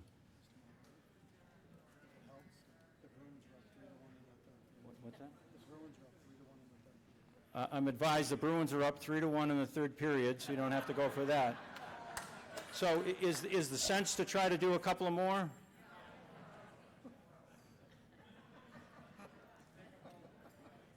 Peter, why don't you bring a motion to adjourn? What's that? Why don't you bring a motion to adjourn until tomorrow? Okay. Mr. Moderator, I make a motion to adjourn until tomorrow. 7 o'clock here at the community center. It's been moved and seconded that we adjourn the annual town meeting to that hour tomorrow at 7 o'clock. We ought to be able to finish by 9 o'clock, I'm sure. All those in favor of adjourning till tomorrow evening at 7 o'clock, so signify by saying aye. Aye. And those opposed by saying no.